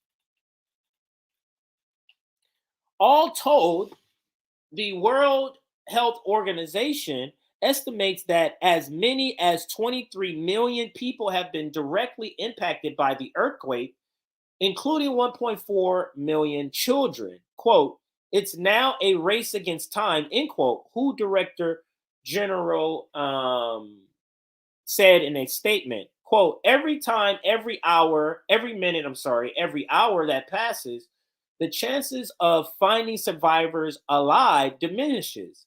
According to a WHO estimate, the death toll could rise as high as 30,000. Despite this catastrophe, the Biden administration is refusing to lift the U.S. sanctions imposed against Syria, which drastically impedes the flow of relief, meaning that many more Syrians will die following the disaster. Much less does Washington intend to provide any humanitarian aid to the Assad government in its recovery efforts. Instead, State Department spokesman Ned Price, one of the most terriblest persons in his department, made clear that the Biden administration saw the disaster as an opportunity to rekindle its regime change operations and funnel more money and aid to its proxy forces. This is the Democratic Party. This is why there is a fight on the left over the Democratic Party. Just despicable. And let's go to some comments. Ned Flanders Price, and that's who he looks like. He looks totally like that. Or like the boss, like Homer's boss. Yeah. With the assistant, the guy with the assistant. Let's see, any other. Thank you for the super sticker. I'm not sure if I put that up already. So if I did, got it shouted out twice. Yeah, Burns is it. That's the name of the Simpsons character. He reminds me of Burns. Let's continue with the article. Quote, it would be quite ironic, if not even counterproductive, for us to reach out to a government that has brutalized its people over a course of a dozen years, Price told reporters Monday. Instead, we have humanitarian partners on the ground who can provide the type of assistance in the aftermath of these tragic earthquakes. End quote. The ruthless refusal of the Biden administration to provide aid to the Syrian government when it knows its actions will result in more suffering and death recalls the remark of Secretary of State Madeleine Albright in 1996 that the death of 500,000 Iraqi children caused by economic sanctions against Baghdad was worth it in the furtherance of regime change.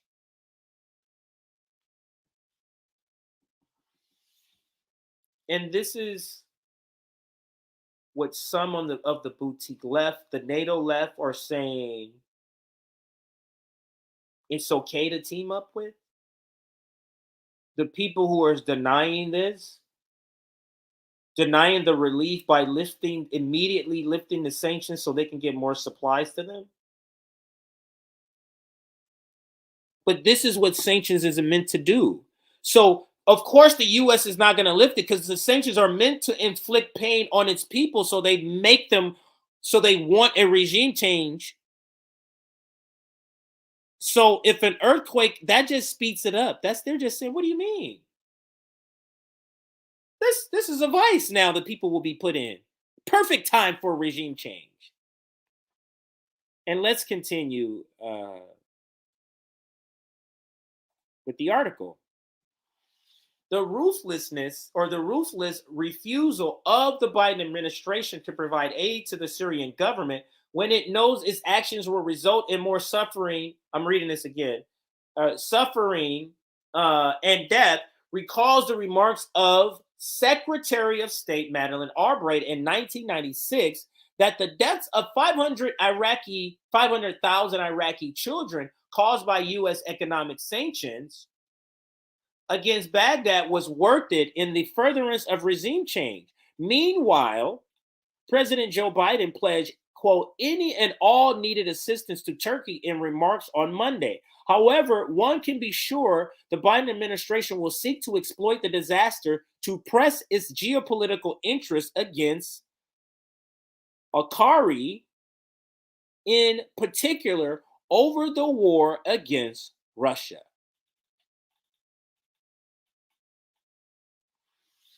Turkish President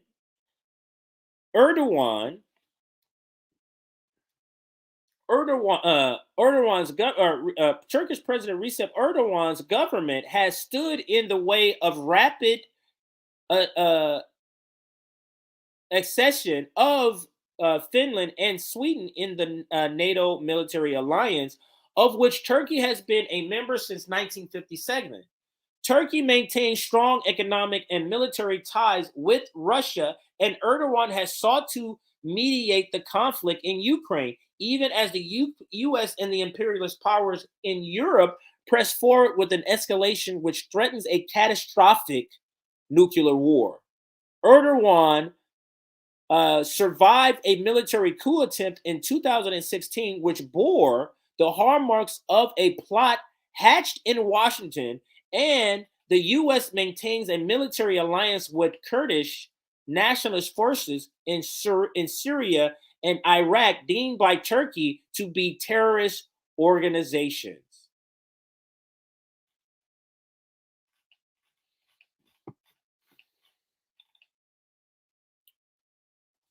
They're saying, fuck that shit. Ned Price.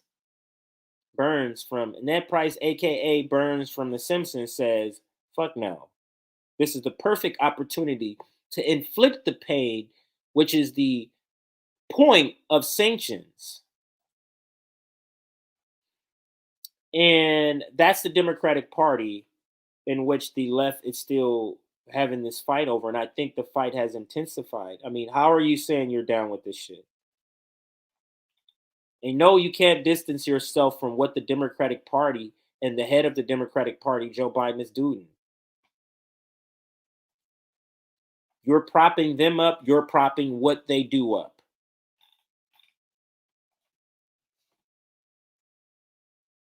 And let's continue with another short segment, just illustrating the fight over the Democratic Party. And this is another, oh, actually, let's go back to Twitter, because that's where it's at.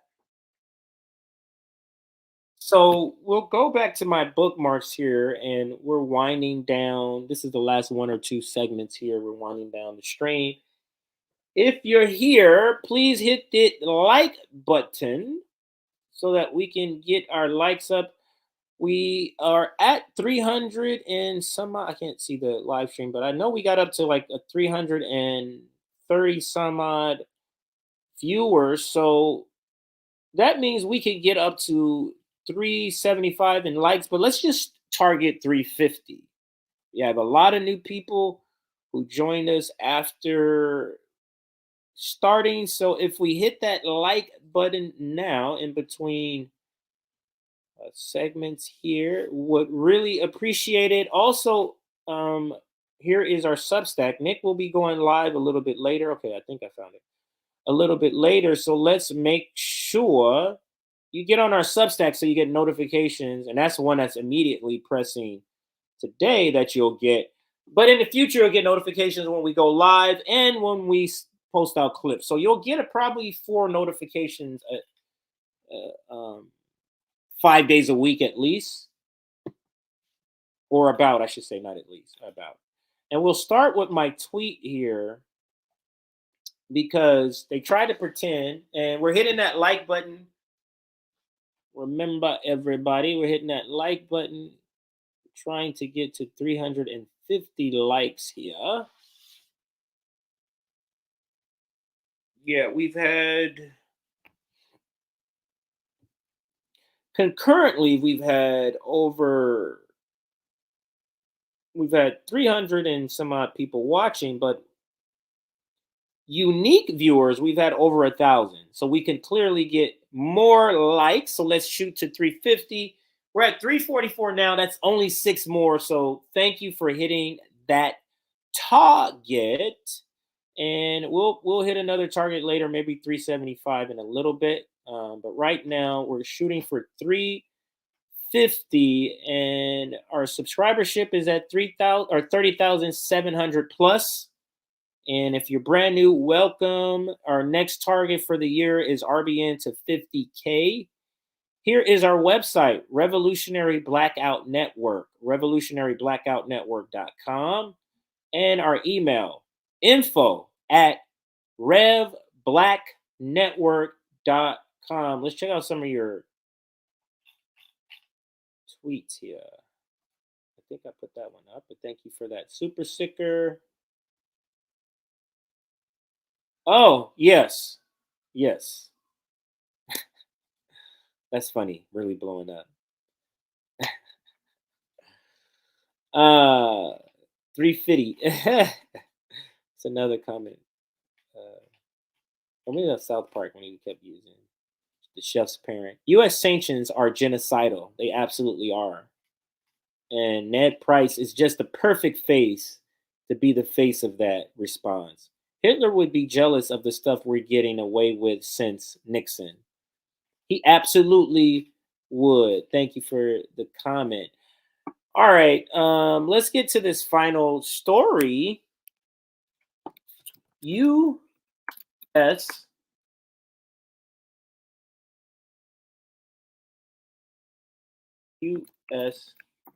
took out Nord Stream. I think that's a good shorthand of it. U.S. took out Nord Stream. Yeah. U.S. took out Nord Stream. So let's read this article. It's blowing up, like the person said. It was kind of funny. But my tweet just simply takes out a section of the article and puts it here. Biden's decision to sabotage the pipeline came after 9 months of highly secret back and forth debate inside Washington's national security community about how to best achieve that goal.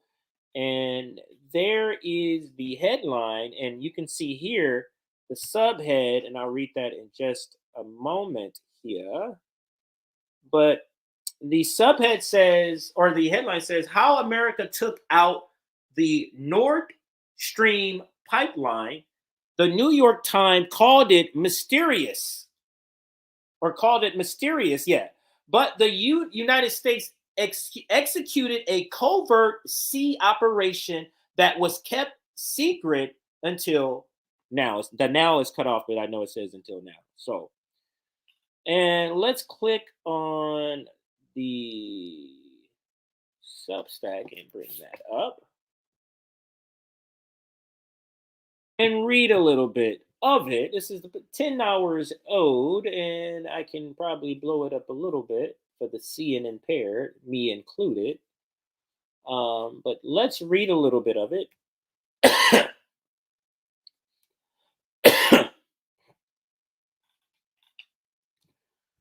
All right, so let's read a little bit of it. We already read the headline and subheadline, and let's go into some of the article here. The U.S. Navy's Diving and Salvage Center can be found in a location as obscure as its name. Down what once was a country lane in rural Panama City, a now booming resort city in the southern western panhandle of Florida, 70 miles south of the Alabama border. The center's complex is as nondescript as its location, a drab concrete post-World War II structure that has the look of vocational high school on the west side of Chicago. A coin-operated laundromat and a dance school are across what is now a 4-lane road. And they're talking about the location of the U.S. Navy Diving and Salvage Center. And that's what he's describing. That's Seymour, the writer of this article. The center has been training highly skilled deep water divers for decades. Once assigned to American military units worldwide, are capable of technical diving to do the good using C4 explosives to clear harbors and beaches of debris and unexploded ordnance, as well as the bad, like blowing up the oil rigs. So basically, this group does good and bad, is what Seymour's pointing out. Fouling intake valves and undersea power plants, destroying locks on crucial shipping canals. The Panama Sea Center, which boasts the second largest indoor pool in America, was the perfect place to recruit the best and most taciturn. What is that? Taciturn, and the most taciturn. I don't know what that is. I'm sure I'm saying that wrong. Graduates of the diving school who successfully did last summer what they had been authorized to do 260 feet under the surface of the Baltic Sea. Check this out here. 1 second, everybody.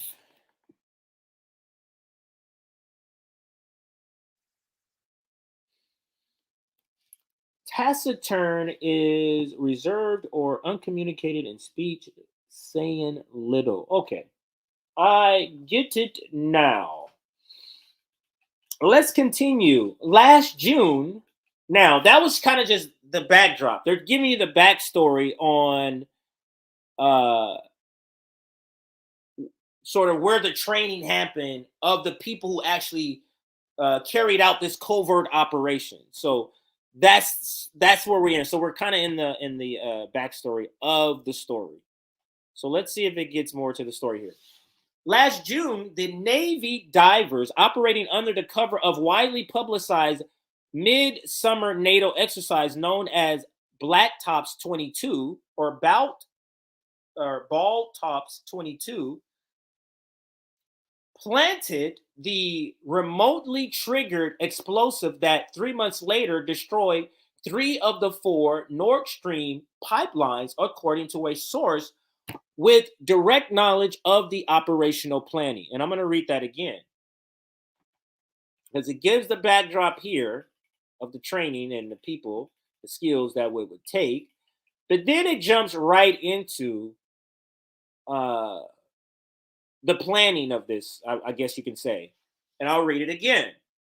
Last June, the Navy divers operating under the cover of a widely publicized midsummer NATO exercise known as BALTOP 22 or Ball Tops 22 planted the remotely triggered explosives that 3 months later destroyed 3 of the 4 Nord Stream pipelines, according to a source with direct knowledge of the operational planning. 2 of the pipelines, which were known collectively as Nord Stream 1, has been providing Germany and much of Western Europe with cheap Russian natural gas for more than a decade. A second pair of pipelines called Nord Stream 2 had been built but were not yet operational. Now, with Russian troops massing on the Ukrainian border and the bloodiest war in Europe since 1945 looming, President Joe Biden saw the pipeline as a vehicle for Vladimir Putin to weaponize national gas for his political and territorial ambition. As for his comment, Adrian Watson, a White House spokesman, said in an email, quote, "This is fake and complete fiction." Tammy Thorpe, a spokesperson for the Central Intelligence Agency, similarly wrote, "This claim is completely and utterly false." Biden's decision to sabotage the pipeline came after more than 9 months of highly secret back and forth debate inside Washington's national security community about how to best achieve that goal. For more than that time, the issue was not whether to do the mission, but how to get it done with no overt clue as to who was responsible. Now, Seymour Hersh, and for those listening, it's the last name is spelled Hersh. H-E-R-S as in Sam, H as in Harry again. So, and Seymour is spelled S-E-Y as in yellow, M-O-U-R as in Rick. So Seymour Hersh, I believe the name is. And we'll read just a little bit more of the article before we close this out here. But this is an interesting article that the U.S. took out the Nord Stream pipeline through a covert operation, undersea operation that was in the works months ago. Let's read a little more here. And because I do want you to go and read most of the rest of this on their, on their own, on your own, by going to their Substack. I'm not going to read all of it, but I am reading a good amount. So there was a vital bureaucratic reason for relying on the graduates of the center's hardcore diving school in Panama City. The divers were Navy only and not members of America's Special Operations Command, whose covert operations must be reported to Congress and briefed in advance to the Senate and House leadership, the so-called Gang of Eight. The Biden administration was doing everything possible to avoid leaks as the planning took place late in 2021 and into the first months of 2022.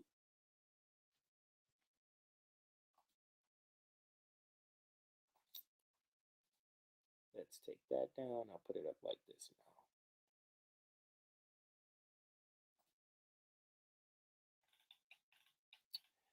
President Biden and his foreign policy team, National Security Advisor Jake Sullivan, Secretary of State Tony Blinken, and Victoria Nuland, three of some of the most terrible people, the Undersecretary of State for Policy, had been vocal and consistent in their hostility to the two pipelines, which ran side by side for 750 miles under the Baltic Sea from two different ports in northeastern Russia near the Estonian border, passing close to the Danish island of Bornholm before ending in northern Germany. The direct route, which bypassed any need to transit Ukraine, had been a boon for the German economy, which enjoyed an abundance of cheap Russian natural gas, enough to run its factories and heat in homes, while enabling German distributors to sell excess gas at a profit without Western Europe. Or I'm sorry, throughout Western Europe, not without, throughout Western Europe. Action that could be traced to the administration would violate U.S. promises to minimize direct conflict with Russia. Secrecy was essential. From its earliest days, Nord Stream 1 was seen by Washington and its anti-Russian NATO partners as a threat to Western dominance. The holding company behind it, Nord Stream AG, was incorporated in Switzerland in 2005 in partnership with Gazprom, a publicly traded Russian company, producing enormous profits for shareholders, which is dominated by oligarchs known to be in the thralls of Putin. Gazprom controlled 51% of the company, with 4 European energy firms, 1 in France, 1 in the Netherlands, and 2 in Germany, sharing the remaining 49% of stock. Sharing the remaining 49% of the stock and having the right to control downstream sales of inexpensive natural gas to local distributors in Germany and Western Europe. So this is just more of the backstory of who owns it and the percentages and that. But this is the reason why the U.S. was against it.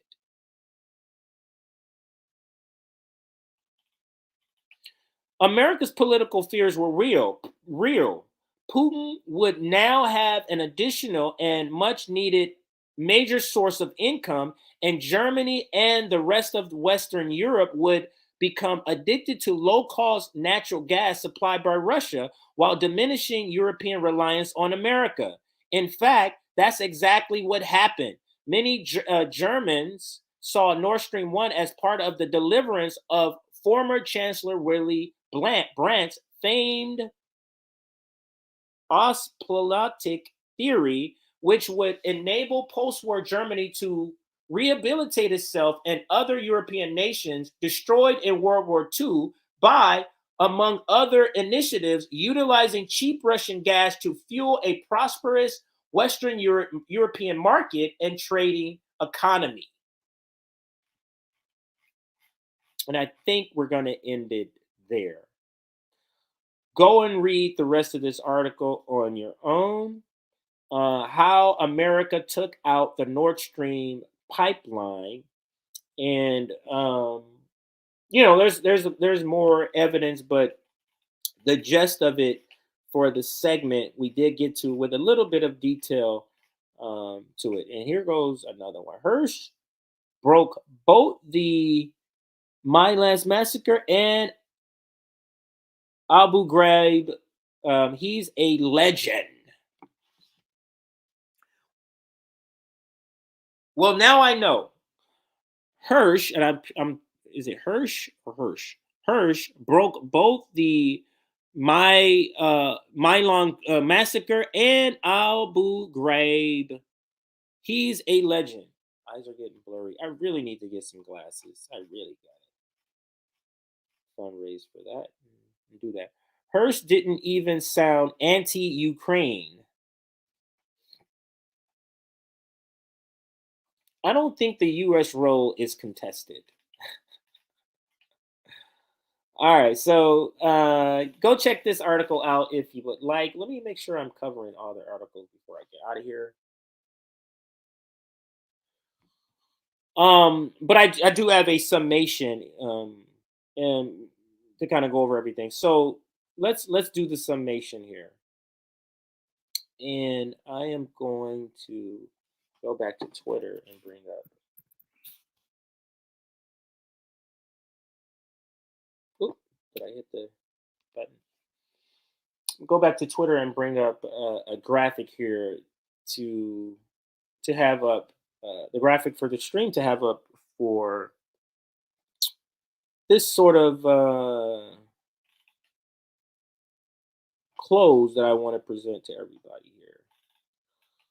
Because I want to bring all these stories that we covered in this stream together in the overall context of what we're talking about here. Where is the graphic? And here is the graphic here. I don't think I can click that, but here. All right, so here is the graphic. So vote harder. Autopsy. That's better. So let's just put that on the screen and let's talk about this here. So in talking about all of these stories, if you caught it late, you may not have heard the beginning of the stream where I was talking about how all of these are connected, and all of these stories are separate, but they're connected in the sense that in this stream where it's the autopsy of the U.S. left, the fight over the Democratic Party. That was the point of kind of covering or putting this specific collection of stories together. So let's cover it and tie them all together. We have U.S. sanctions killing Syrians after devastating earthquake, and that is being inflicted on Syrians by a Democratic establishment, a Democratic administration, the same Democratic administration that AOC and progressives are giving glowing comments about his State of the Union. Ned Price and the Democratic Party, along with Joe Biden, Joe Biden administration have refused to lift sanctions on Syria during this devastating time, because this is the perfect time for their sanctions to actually do the job it wants, which is the regime change. So are we as a left, fine with teaming up with that. And this is why we're having this fight over the Democratic Party. The NATO left is fine with this type of thing. They're fine with saying, yeah, I don't agree with that, but I don't disagree enough to say I'm no longer partnering with the Democratic Party. Let's go to the next story. Joe Rogan forces Krystal Ball to watch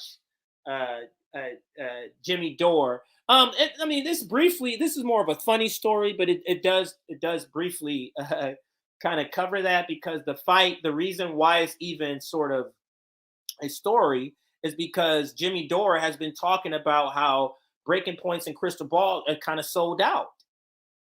And she's being forced to watch him because he's saying no to the Democratic Party, while she's saying, I can still do that.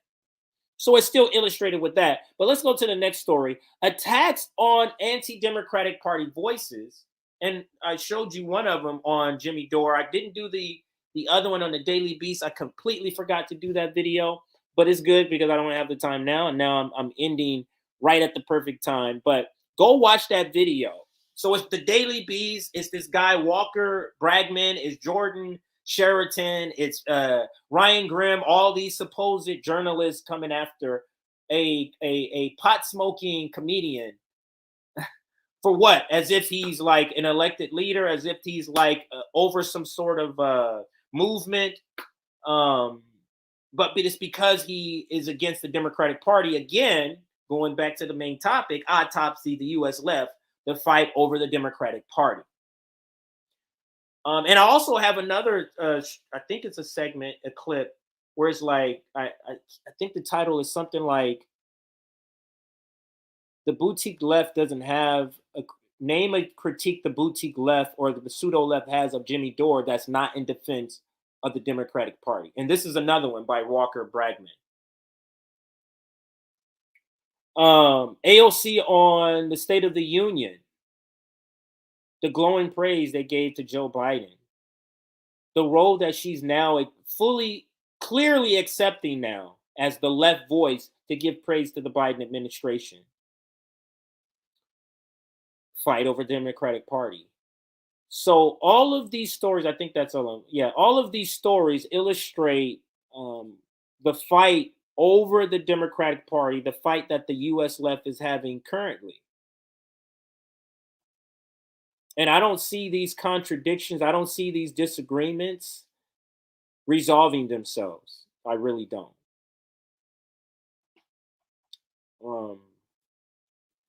And that's it. So let's go to your comments, and then we'll go there. Krystal was forced to watch Dore. Yeah. Rewind back to the opening of this, and I play it as the opening video. So yes, David, I'm offering you a solution, but you can't handle it. That's in the chat. Bragman is CIA bot. I would not put that past. Yeah. But they obviously see Jimmy Dore as a threat to them sheep herding establishment people back to the Democratic Party. They absolutely see Jimmy Dore as a threat. And they're seeing RBN as a rising threat to that also. So you're going to see more attacks on us also. Is Krystal dumping Kyle to hook up with Anna? No, she's not. Because then I think she said happy birthday to my future husband was one of the last things I saw. Desert Mantis, I can't find it. Okay, we're talking to each other. They are not leftists. We are the leftists. Yeah, they are progressives, which is to me is almost now starting to be not even the same thing, or shouldn't be categorized with the leftists.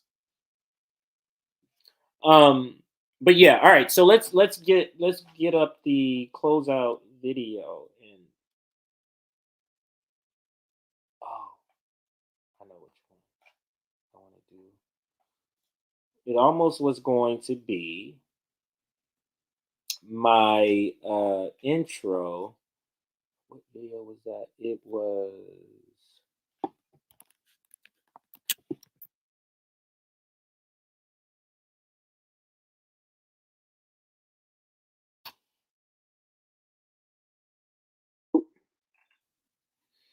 we go. This will be, because this perfectly sums up what the fight over the Democratic Party, and this is kind of the reason Congress.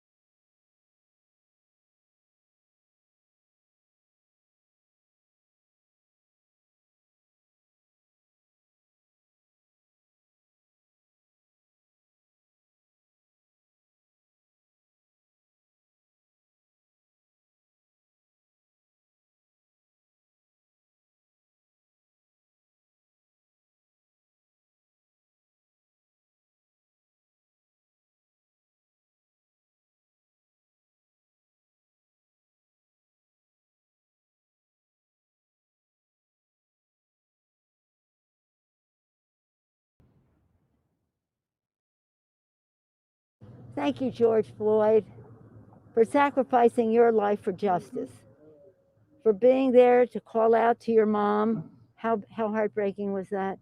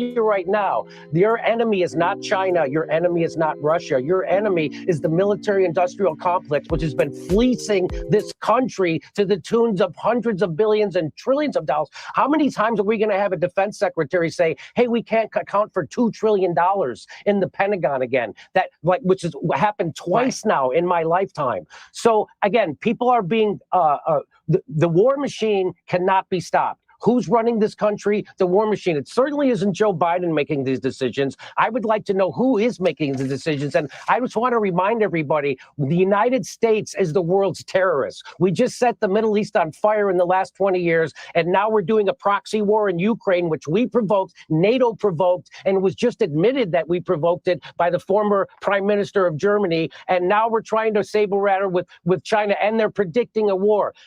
Again, China's not going to invade us. China's not our enemy. We might have an economic war. That's what these are. These are economic wars. These are wars for, in Ukraine, it's about liquefied natural gas and making sure Germany and Russia never come together, because we fear Russia's natural resources and manpower, and we fear them getting together with Germany with their technology and their capital. And so that's why we blew up the Nord Stream pipeline. That's why we're doing the Ukraine war. This is all about hegemony, imperialism, and economics. And if there's a Marine somewhere, it's there because they're about to steal some natural resources from another country. As everybody's screaming about what a bad guy Putin is for invading Ukraine, the United States is currently occupying a third of Syria. And which third is that? It's the third that has the oil. And how do I know we're there to steal their oil? Because the president of the United States said so.